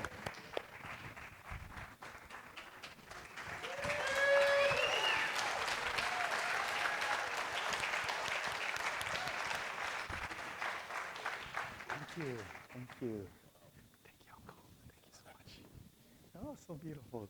Wow. Thank you, bro. Yeah. So as we coming to a close, we have one more group that will be performing with us tonight. But before we get to them, that really needs no introduction, but we'll introduce them as well. We'll talk a little bit about the Hawaii manufacturers and retailers.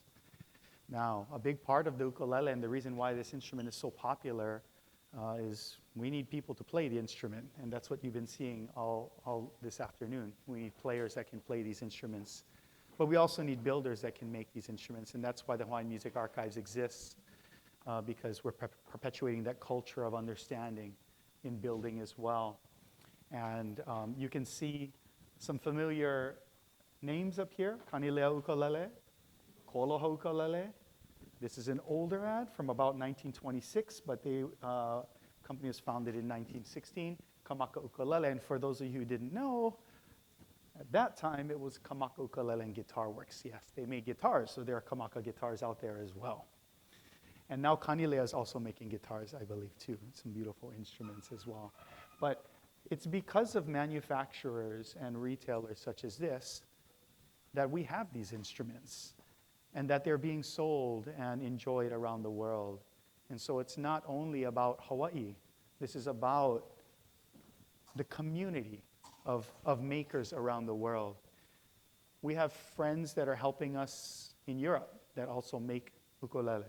We have friends that are helping us in Japan that also make ukulele, in Korea, in Australia, right? And so the story of the ukulele is not only something that we look back on, but we look forward to as we share this instrument, as we continue to share this instrument with the world. Friends in China as well, right, that are making ukulele, that are supporting this project, right? And there are many ways to support this project that we'll be sharing. And we plan to do more of these types of concerts, and there'll be different focuses.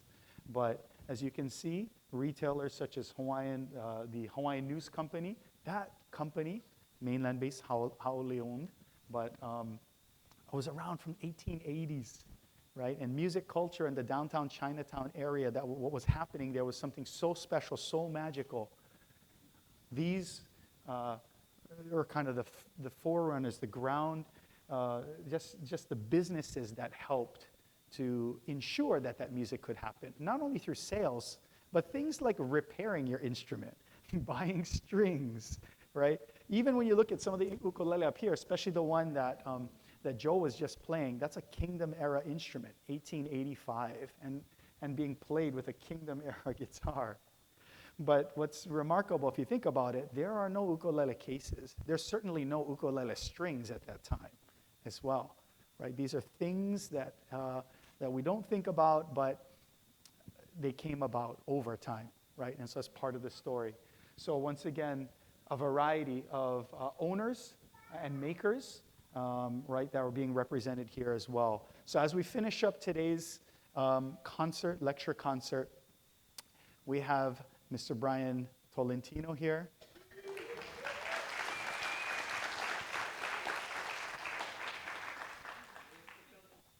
And there you go. There you go. Aloha. And Halehaku Seabury. Hey, aloha everybody. Yeah.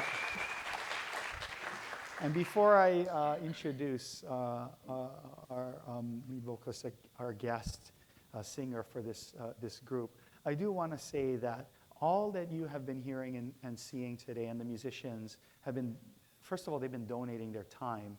And I'm running way over time. They've been waiting backstage. But please share your mahalo to all of them for their time, their kokua, and participating in this project. And yes, and so with that being said, we want to go ahead and welcome someone who's near and dear to my heart as well, a good friend, but also a remarkable musician and just the kindest-hearted person that you will meet, Miss Raiatea Helm.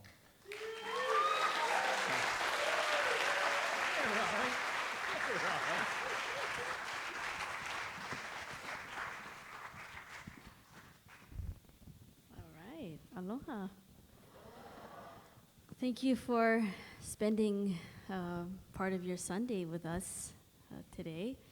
And I know for Sundays, some of us go to church or spend our Sundays watching NFL. Or you're going to kill your battery. Or come to a concert. So I can say that I did all three today. So, but mahalo for having us, and thank you to Shawn and the gang for just creating such an amazing opportunity for such a special instrument. And we're going to start with a John Kamealoha Alameda classic. And this is one of my favorites that I ended up recording in 2004 on my second album, Sweet and Lovely, a song entitled Miley Swing.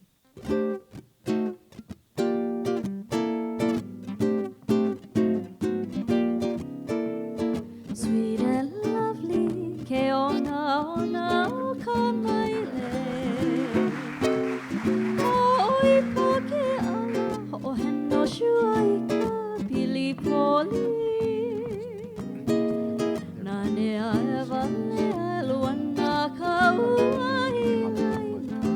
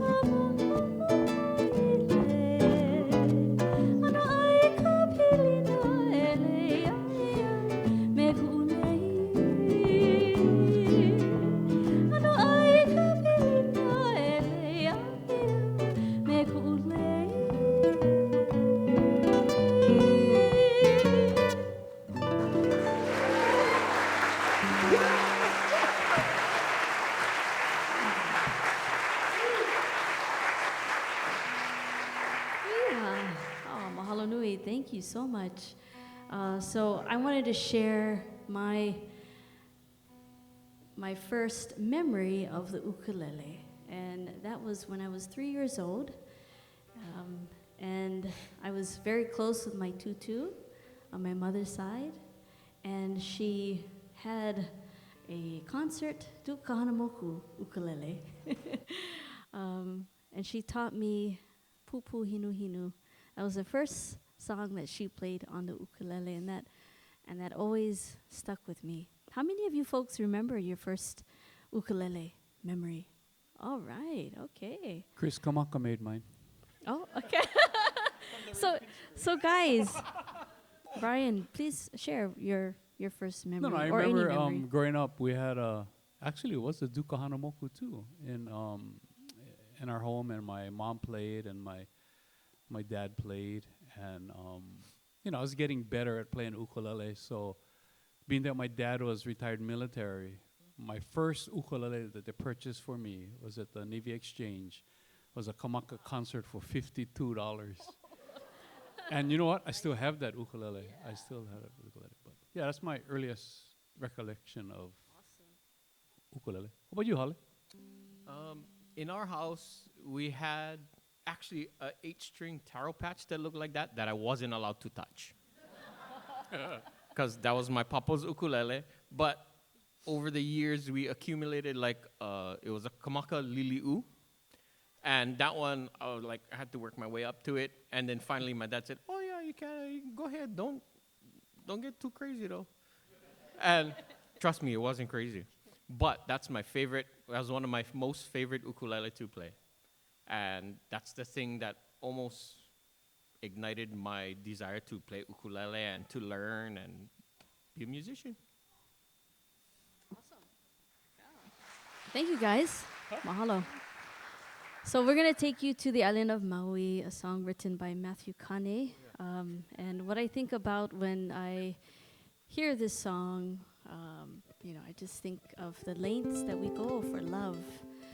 It's kind of a kaumaha song, but it's still so beautiful. And the song was actually dedicated to Tandy Mackenzie's mother, who was from Hana. Song entitled Kamakani Ka'ili Aloha.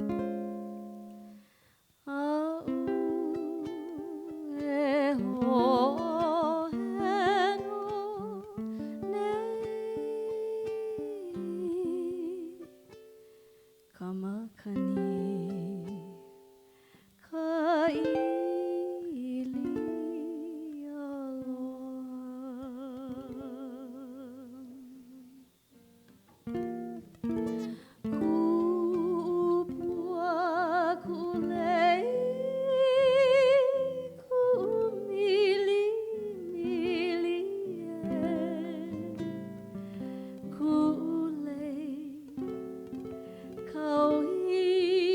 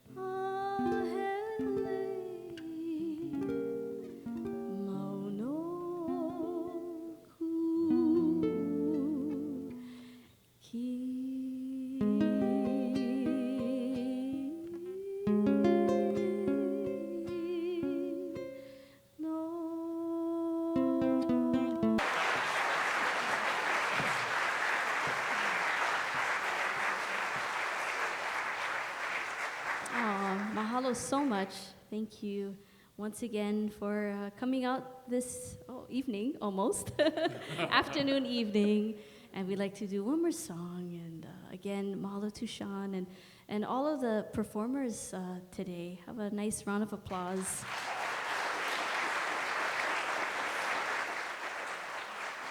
And mahalo to Bryan Tolentino and Halehaku Seabury. Thank you. We like to do this one, and we actually like to dedicate this to Uncle Benny Chong and Uncle Byron Yasui, who are here with us. No pressure. No pressure. This is for you guys. Taking a chance on love.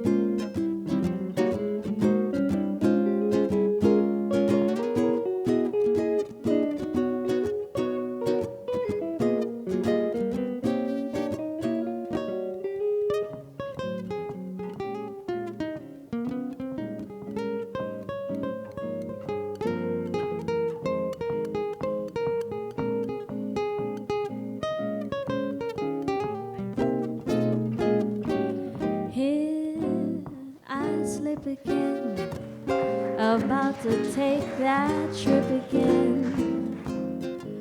Got my grip again. Taking a chance on love. Now I prove again that I can make life move again. In the groove again. Taking a chance on love. You better kiss your foot goodbye. Oh, that ball again. I'm riding for a fool again. I'm gonna give my all again. Taking a chance on love. Taking a chance on love.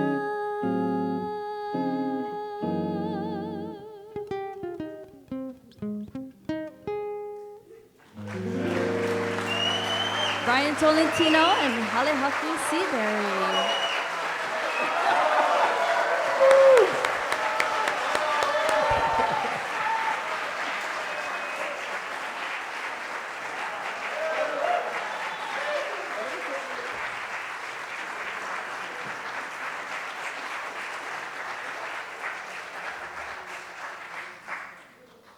Ooh, you guys are so sweet. Mahalo nui.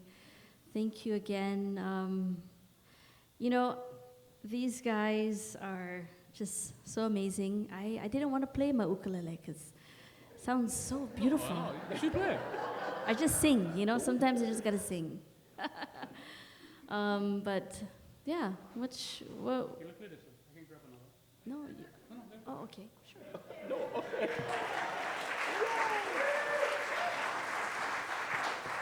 Oh, yeah. Oh my gosh. Yeah.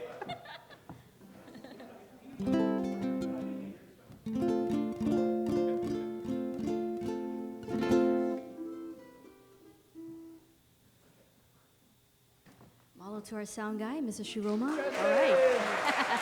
Thank you.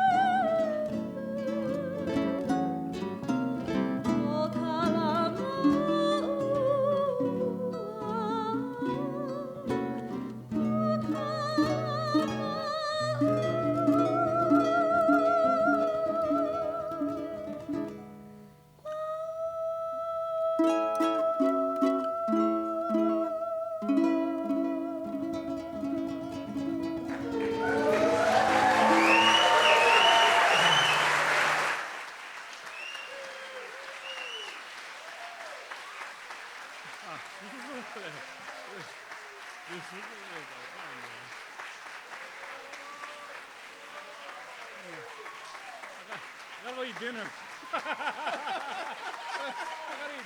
Hale. And as we close this late afternoon, early evening, we thank you so much for your time. We thank you so much for allowing us an opportunity to share the story, to share our passion for this instrument, to share our connection with all of you and with all of you online as well. I do have a long list, but a very important list of thank yous that I'd like to share as well. We wanted to first start by sharing with our viewers online how important it is for us to include you. We have some technical difficulties because they have this fancy setup of cameras and the live stream didn't work. But we're able to do that with a phone for now. We promise we'll get better.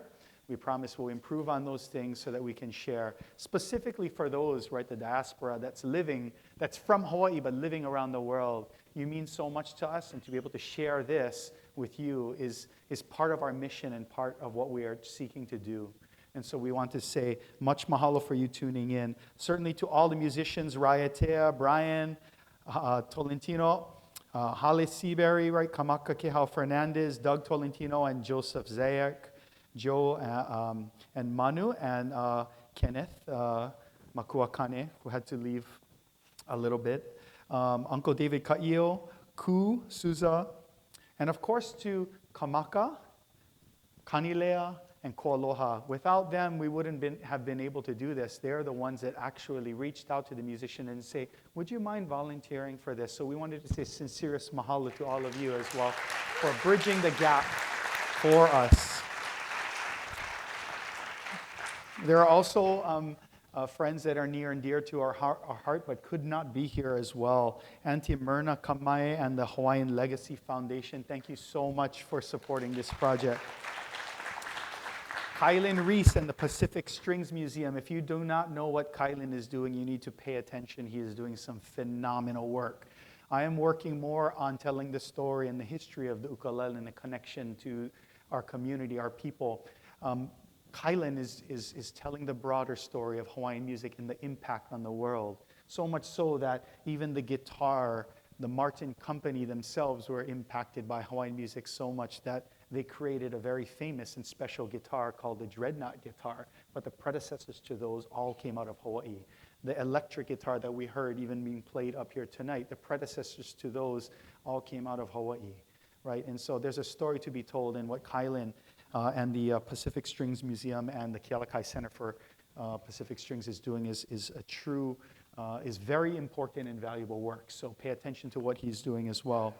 We also have special guests, the Ka'ai family, many that are in attendance as well. Much mahalo for coming out and viewing online, and some in attendance as well. Some family that are also connected to the original three makers, Manuel Nunez, Augusto Diaz Ohana, and Santo Ohana as well. They are also aware of the project that we are moving forward, and we are. The Sekiguchi family is also supportive of what we're doing. They are one of our partners. Chuck and Bonnie and More Better Ukuleles, who have donated generously a full custom ukulele, and these instruments are highly, highly sought after. Custom builds as well. They are participating and have contributed a remarkable gift, really, to all of you, because this is not for me. This is not for Adam. This is not for any of us, but it's for the community, and these things will reside in the Hawaiian Music Archives. We also want to say thank you to the Ukulele Hall of Fame board members, some of whom are in attendance and watching online. A dear friend, Mr. Sam Fong with Line Studio at Washington Middle School. There is a phenomenal world-class recording studio at Washington Middle School, and they are a partner of ours, and we will be going into studio to record these historical instruments with some of Hawaii's top musicians so that we can be able to share this with our community, be able to record that as accurately as possible. But they are supporting and partners in our project.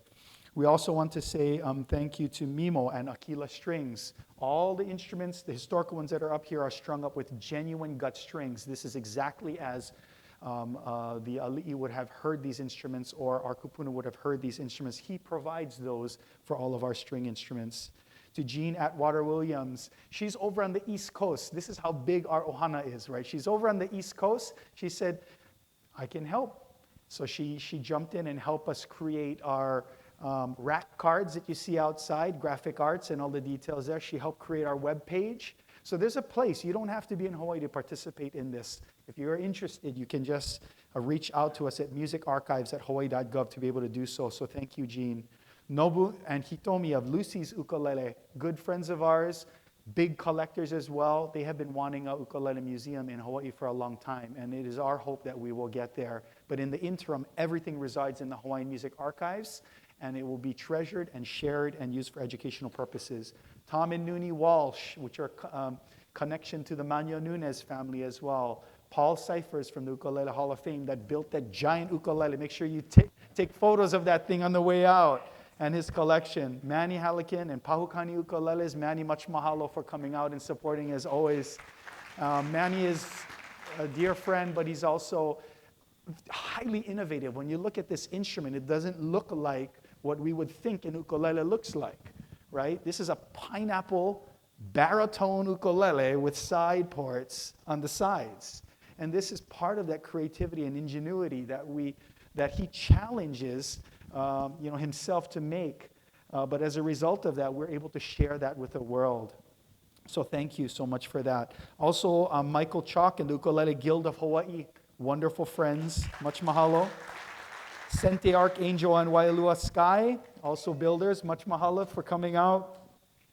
Ukulele Foundation of Hawaii that supports the right. And so we're not only looking at sharing the music, but we're also looking at curriculum. We have partners that are developing curriculum in ukulele, more standardized, and then we can get that into K through 12. Our hope is that we will get there. We can't do this on our own. This is a community effort, but we're partnering with people that are using, instead of mainland methodologies and mainland music, we're using the Queen's songbook, and they're creating a resource material that we can use to educate our kids from K through 12.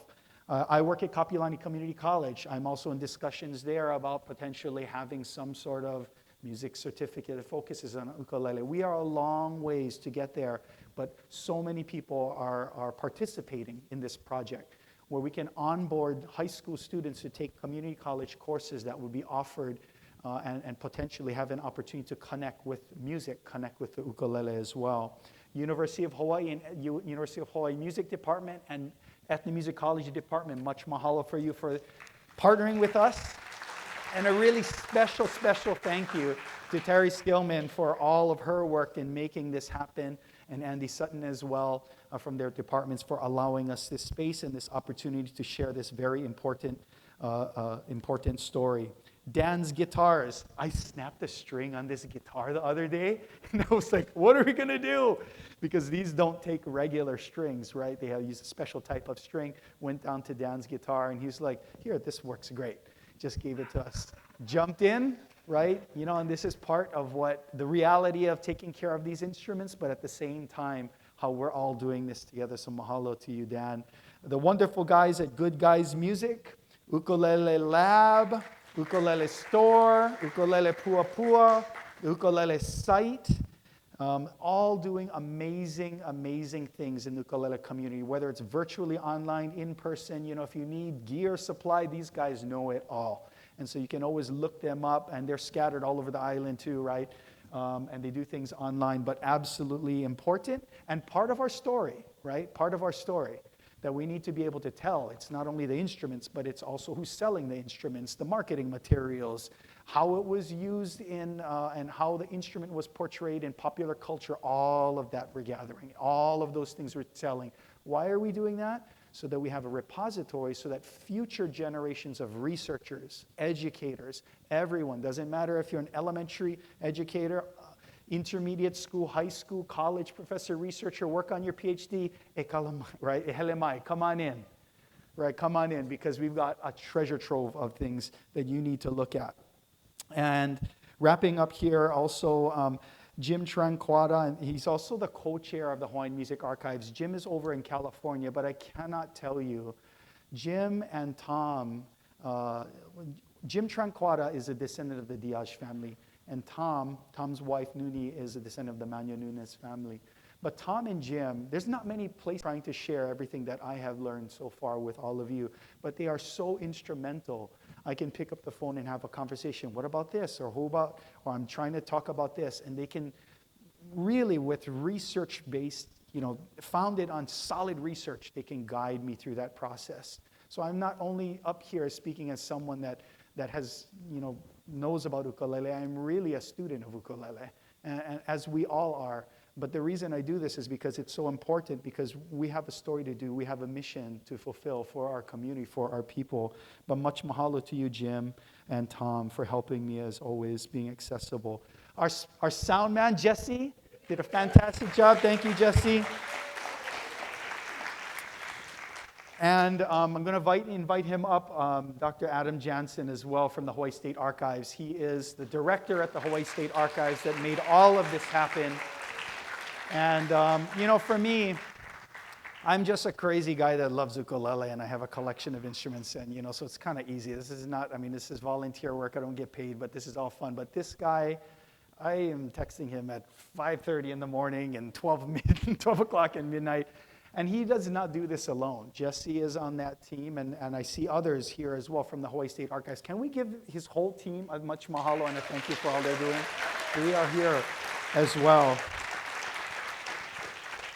And last couple of things, the many private donors. We have received so many donations over this time, and there are single donations that are coming into the archives, ukuleles, strings, cases, all of that. We need that all. And so if you have contributed or considering contributing, we are very excited and grateful to your participation, to include you in this project.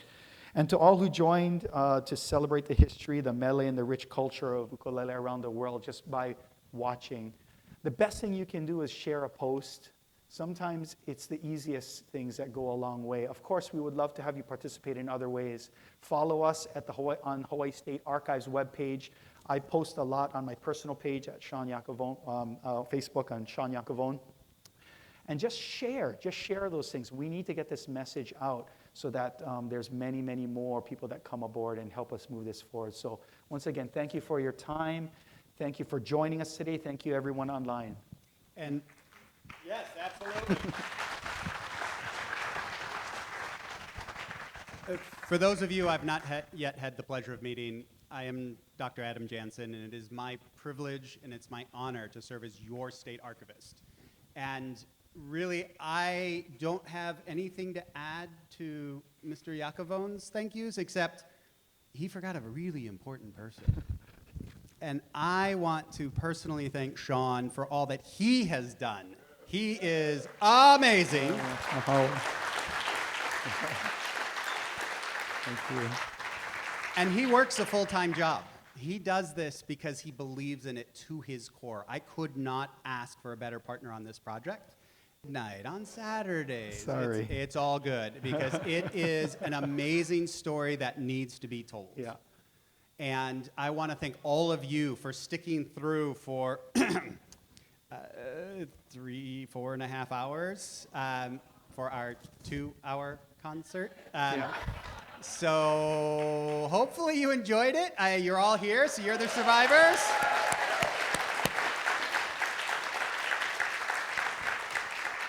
And with your continued support and encouragement, we do hope to do this more frequently because there are so many stories to tell, just in the instruments themselves and through the graciousness of these amazing musicians that, again, donated their time. So let's give them one more hand. Thank you so very much.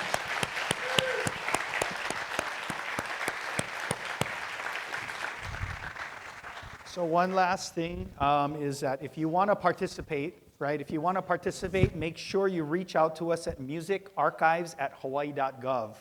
musicarchives@hawaii.gov. And there's a whole bunch of ways you can participate. So if you think, well, what can I do? Just reach out and say, I have time on this time and this and that. Maybe it's graphic arts. Maybe you're not even here in Hawaii, but please join us as we move this thing forward. And for those of you that are watching from Kapiolani Community College, I work over there, right?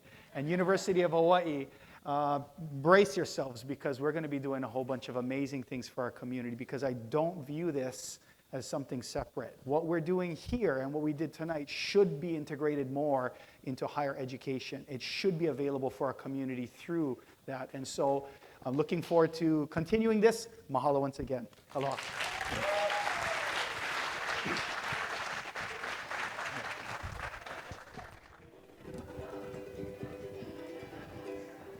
Oh, that one, Rai, no can, that one no can play. That one can. Yep, these ones can right here. This one sounds good too.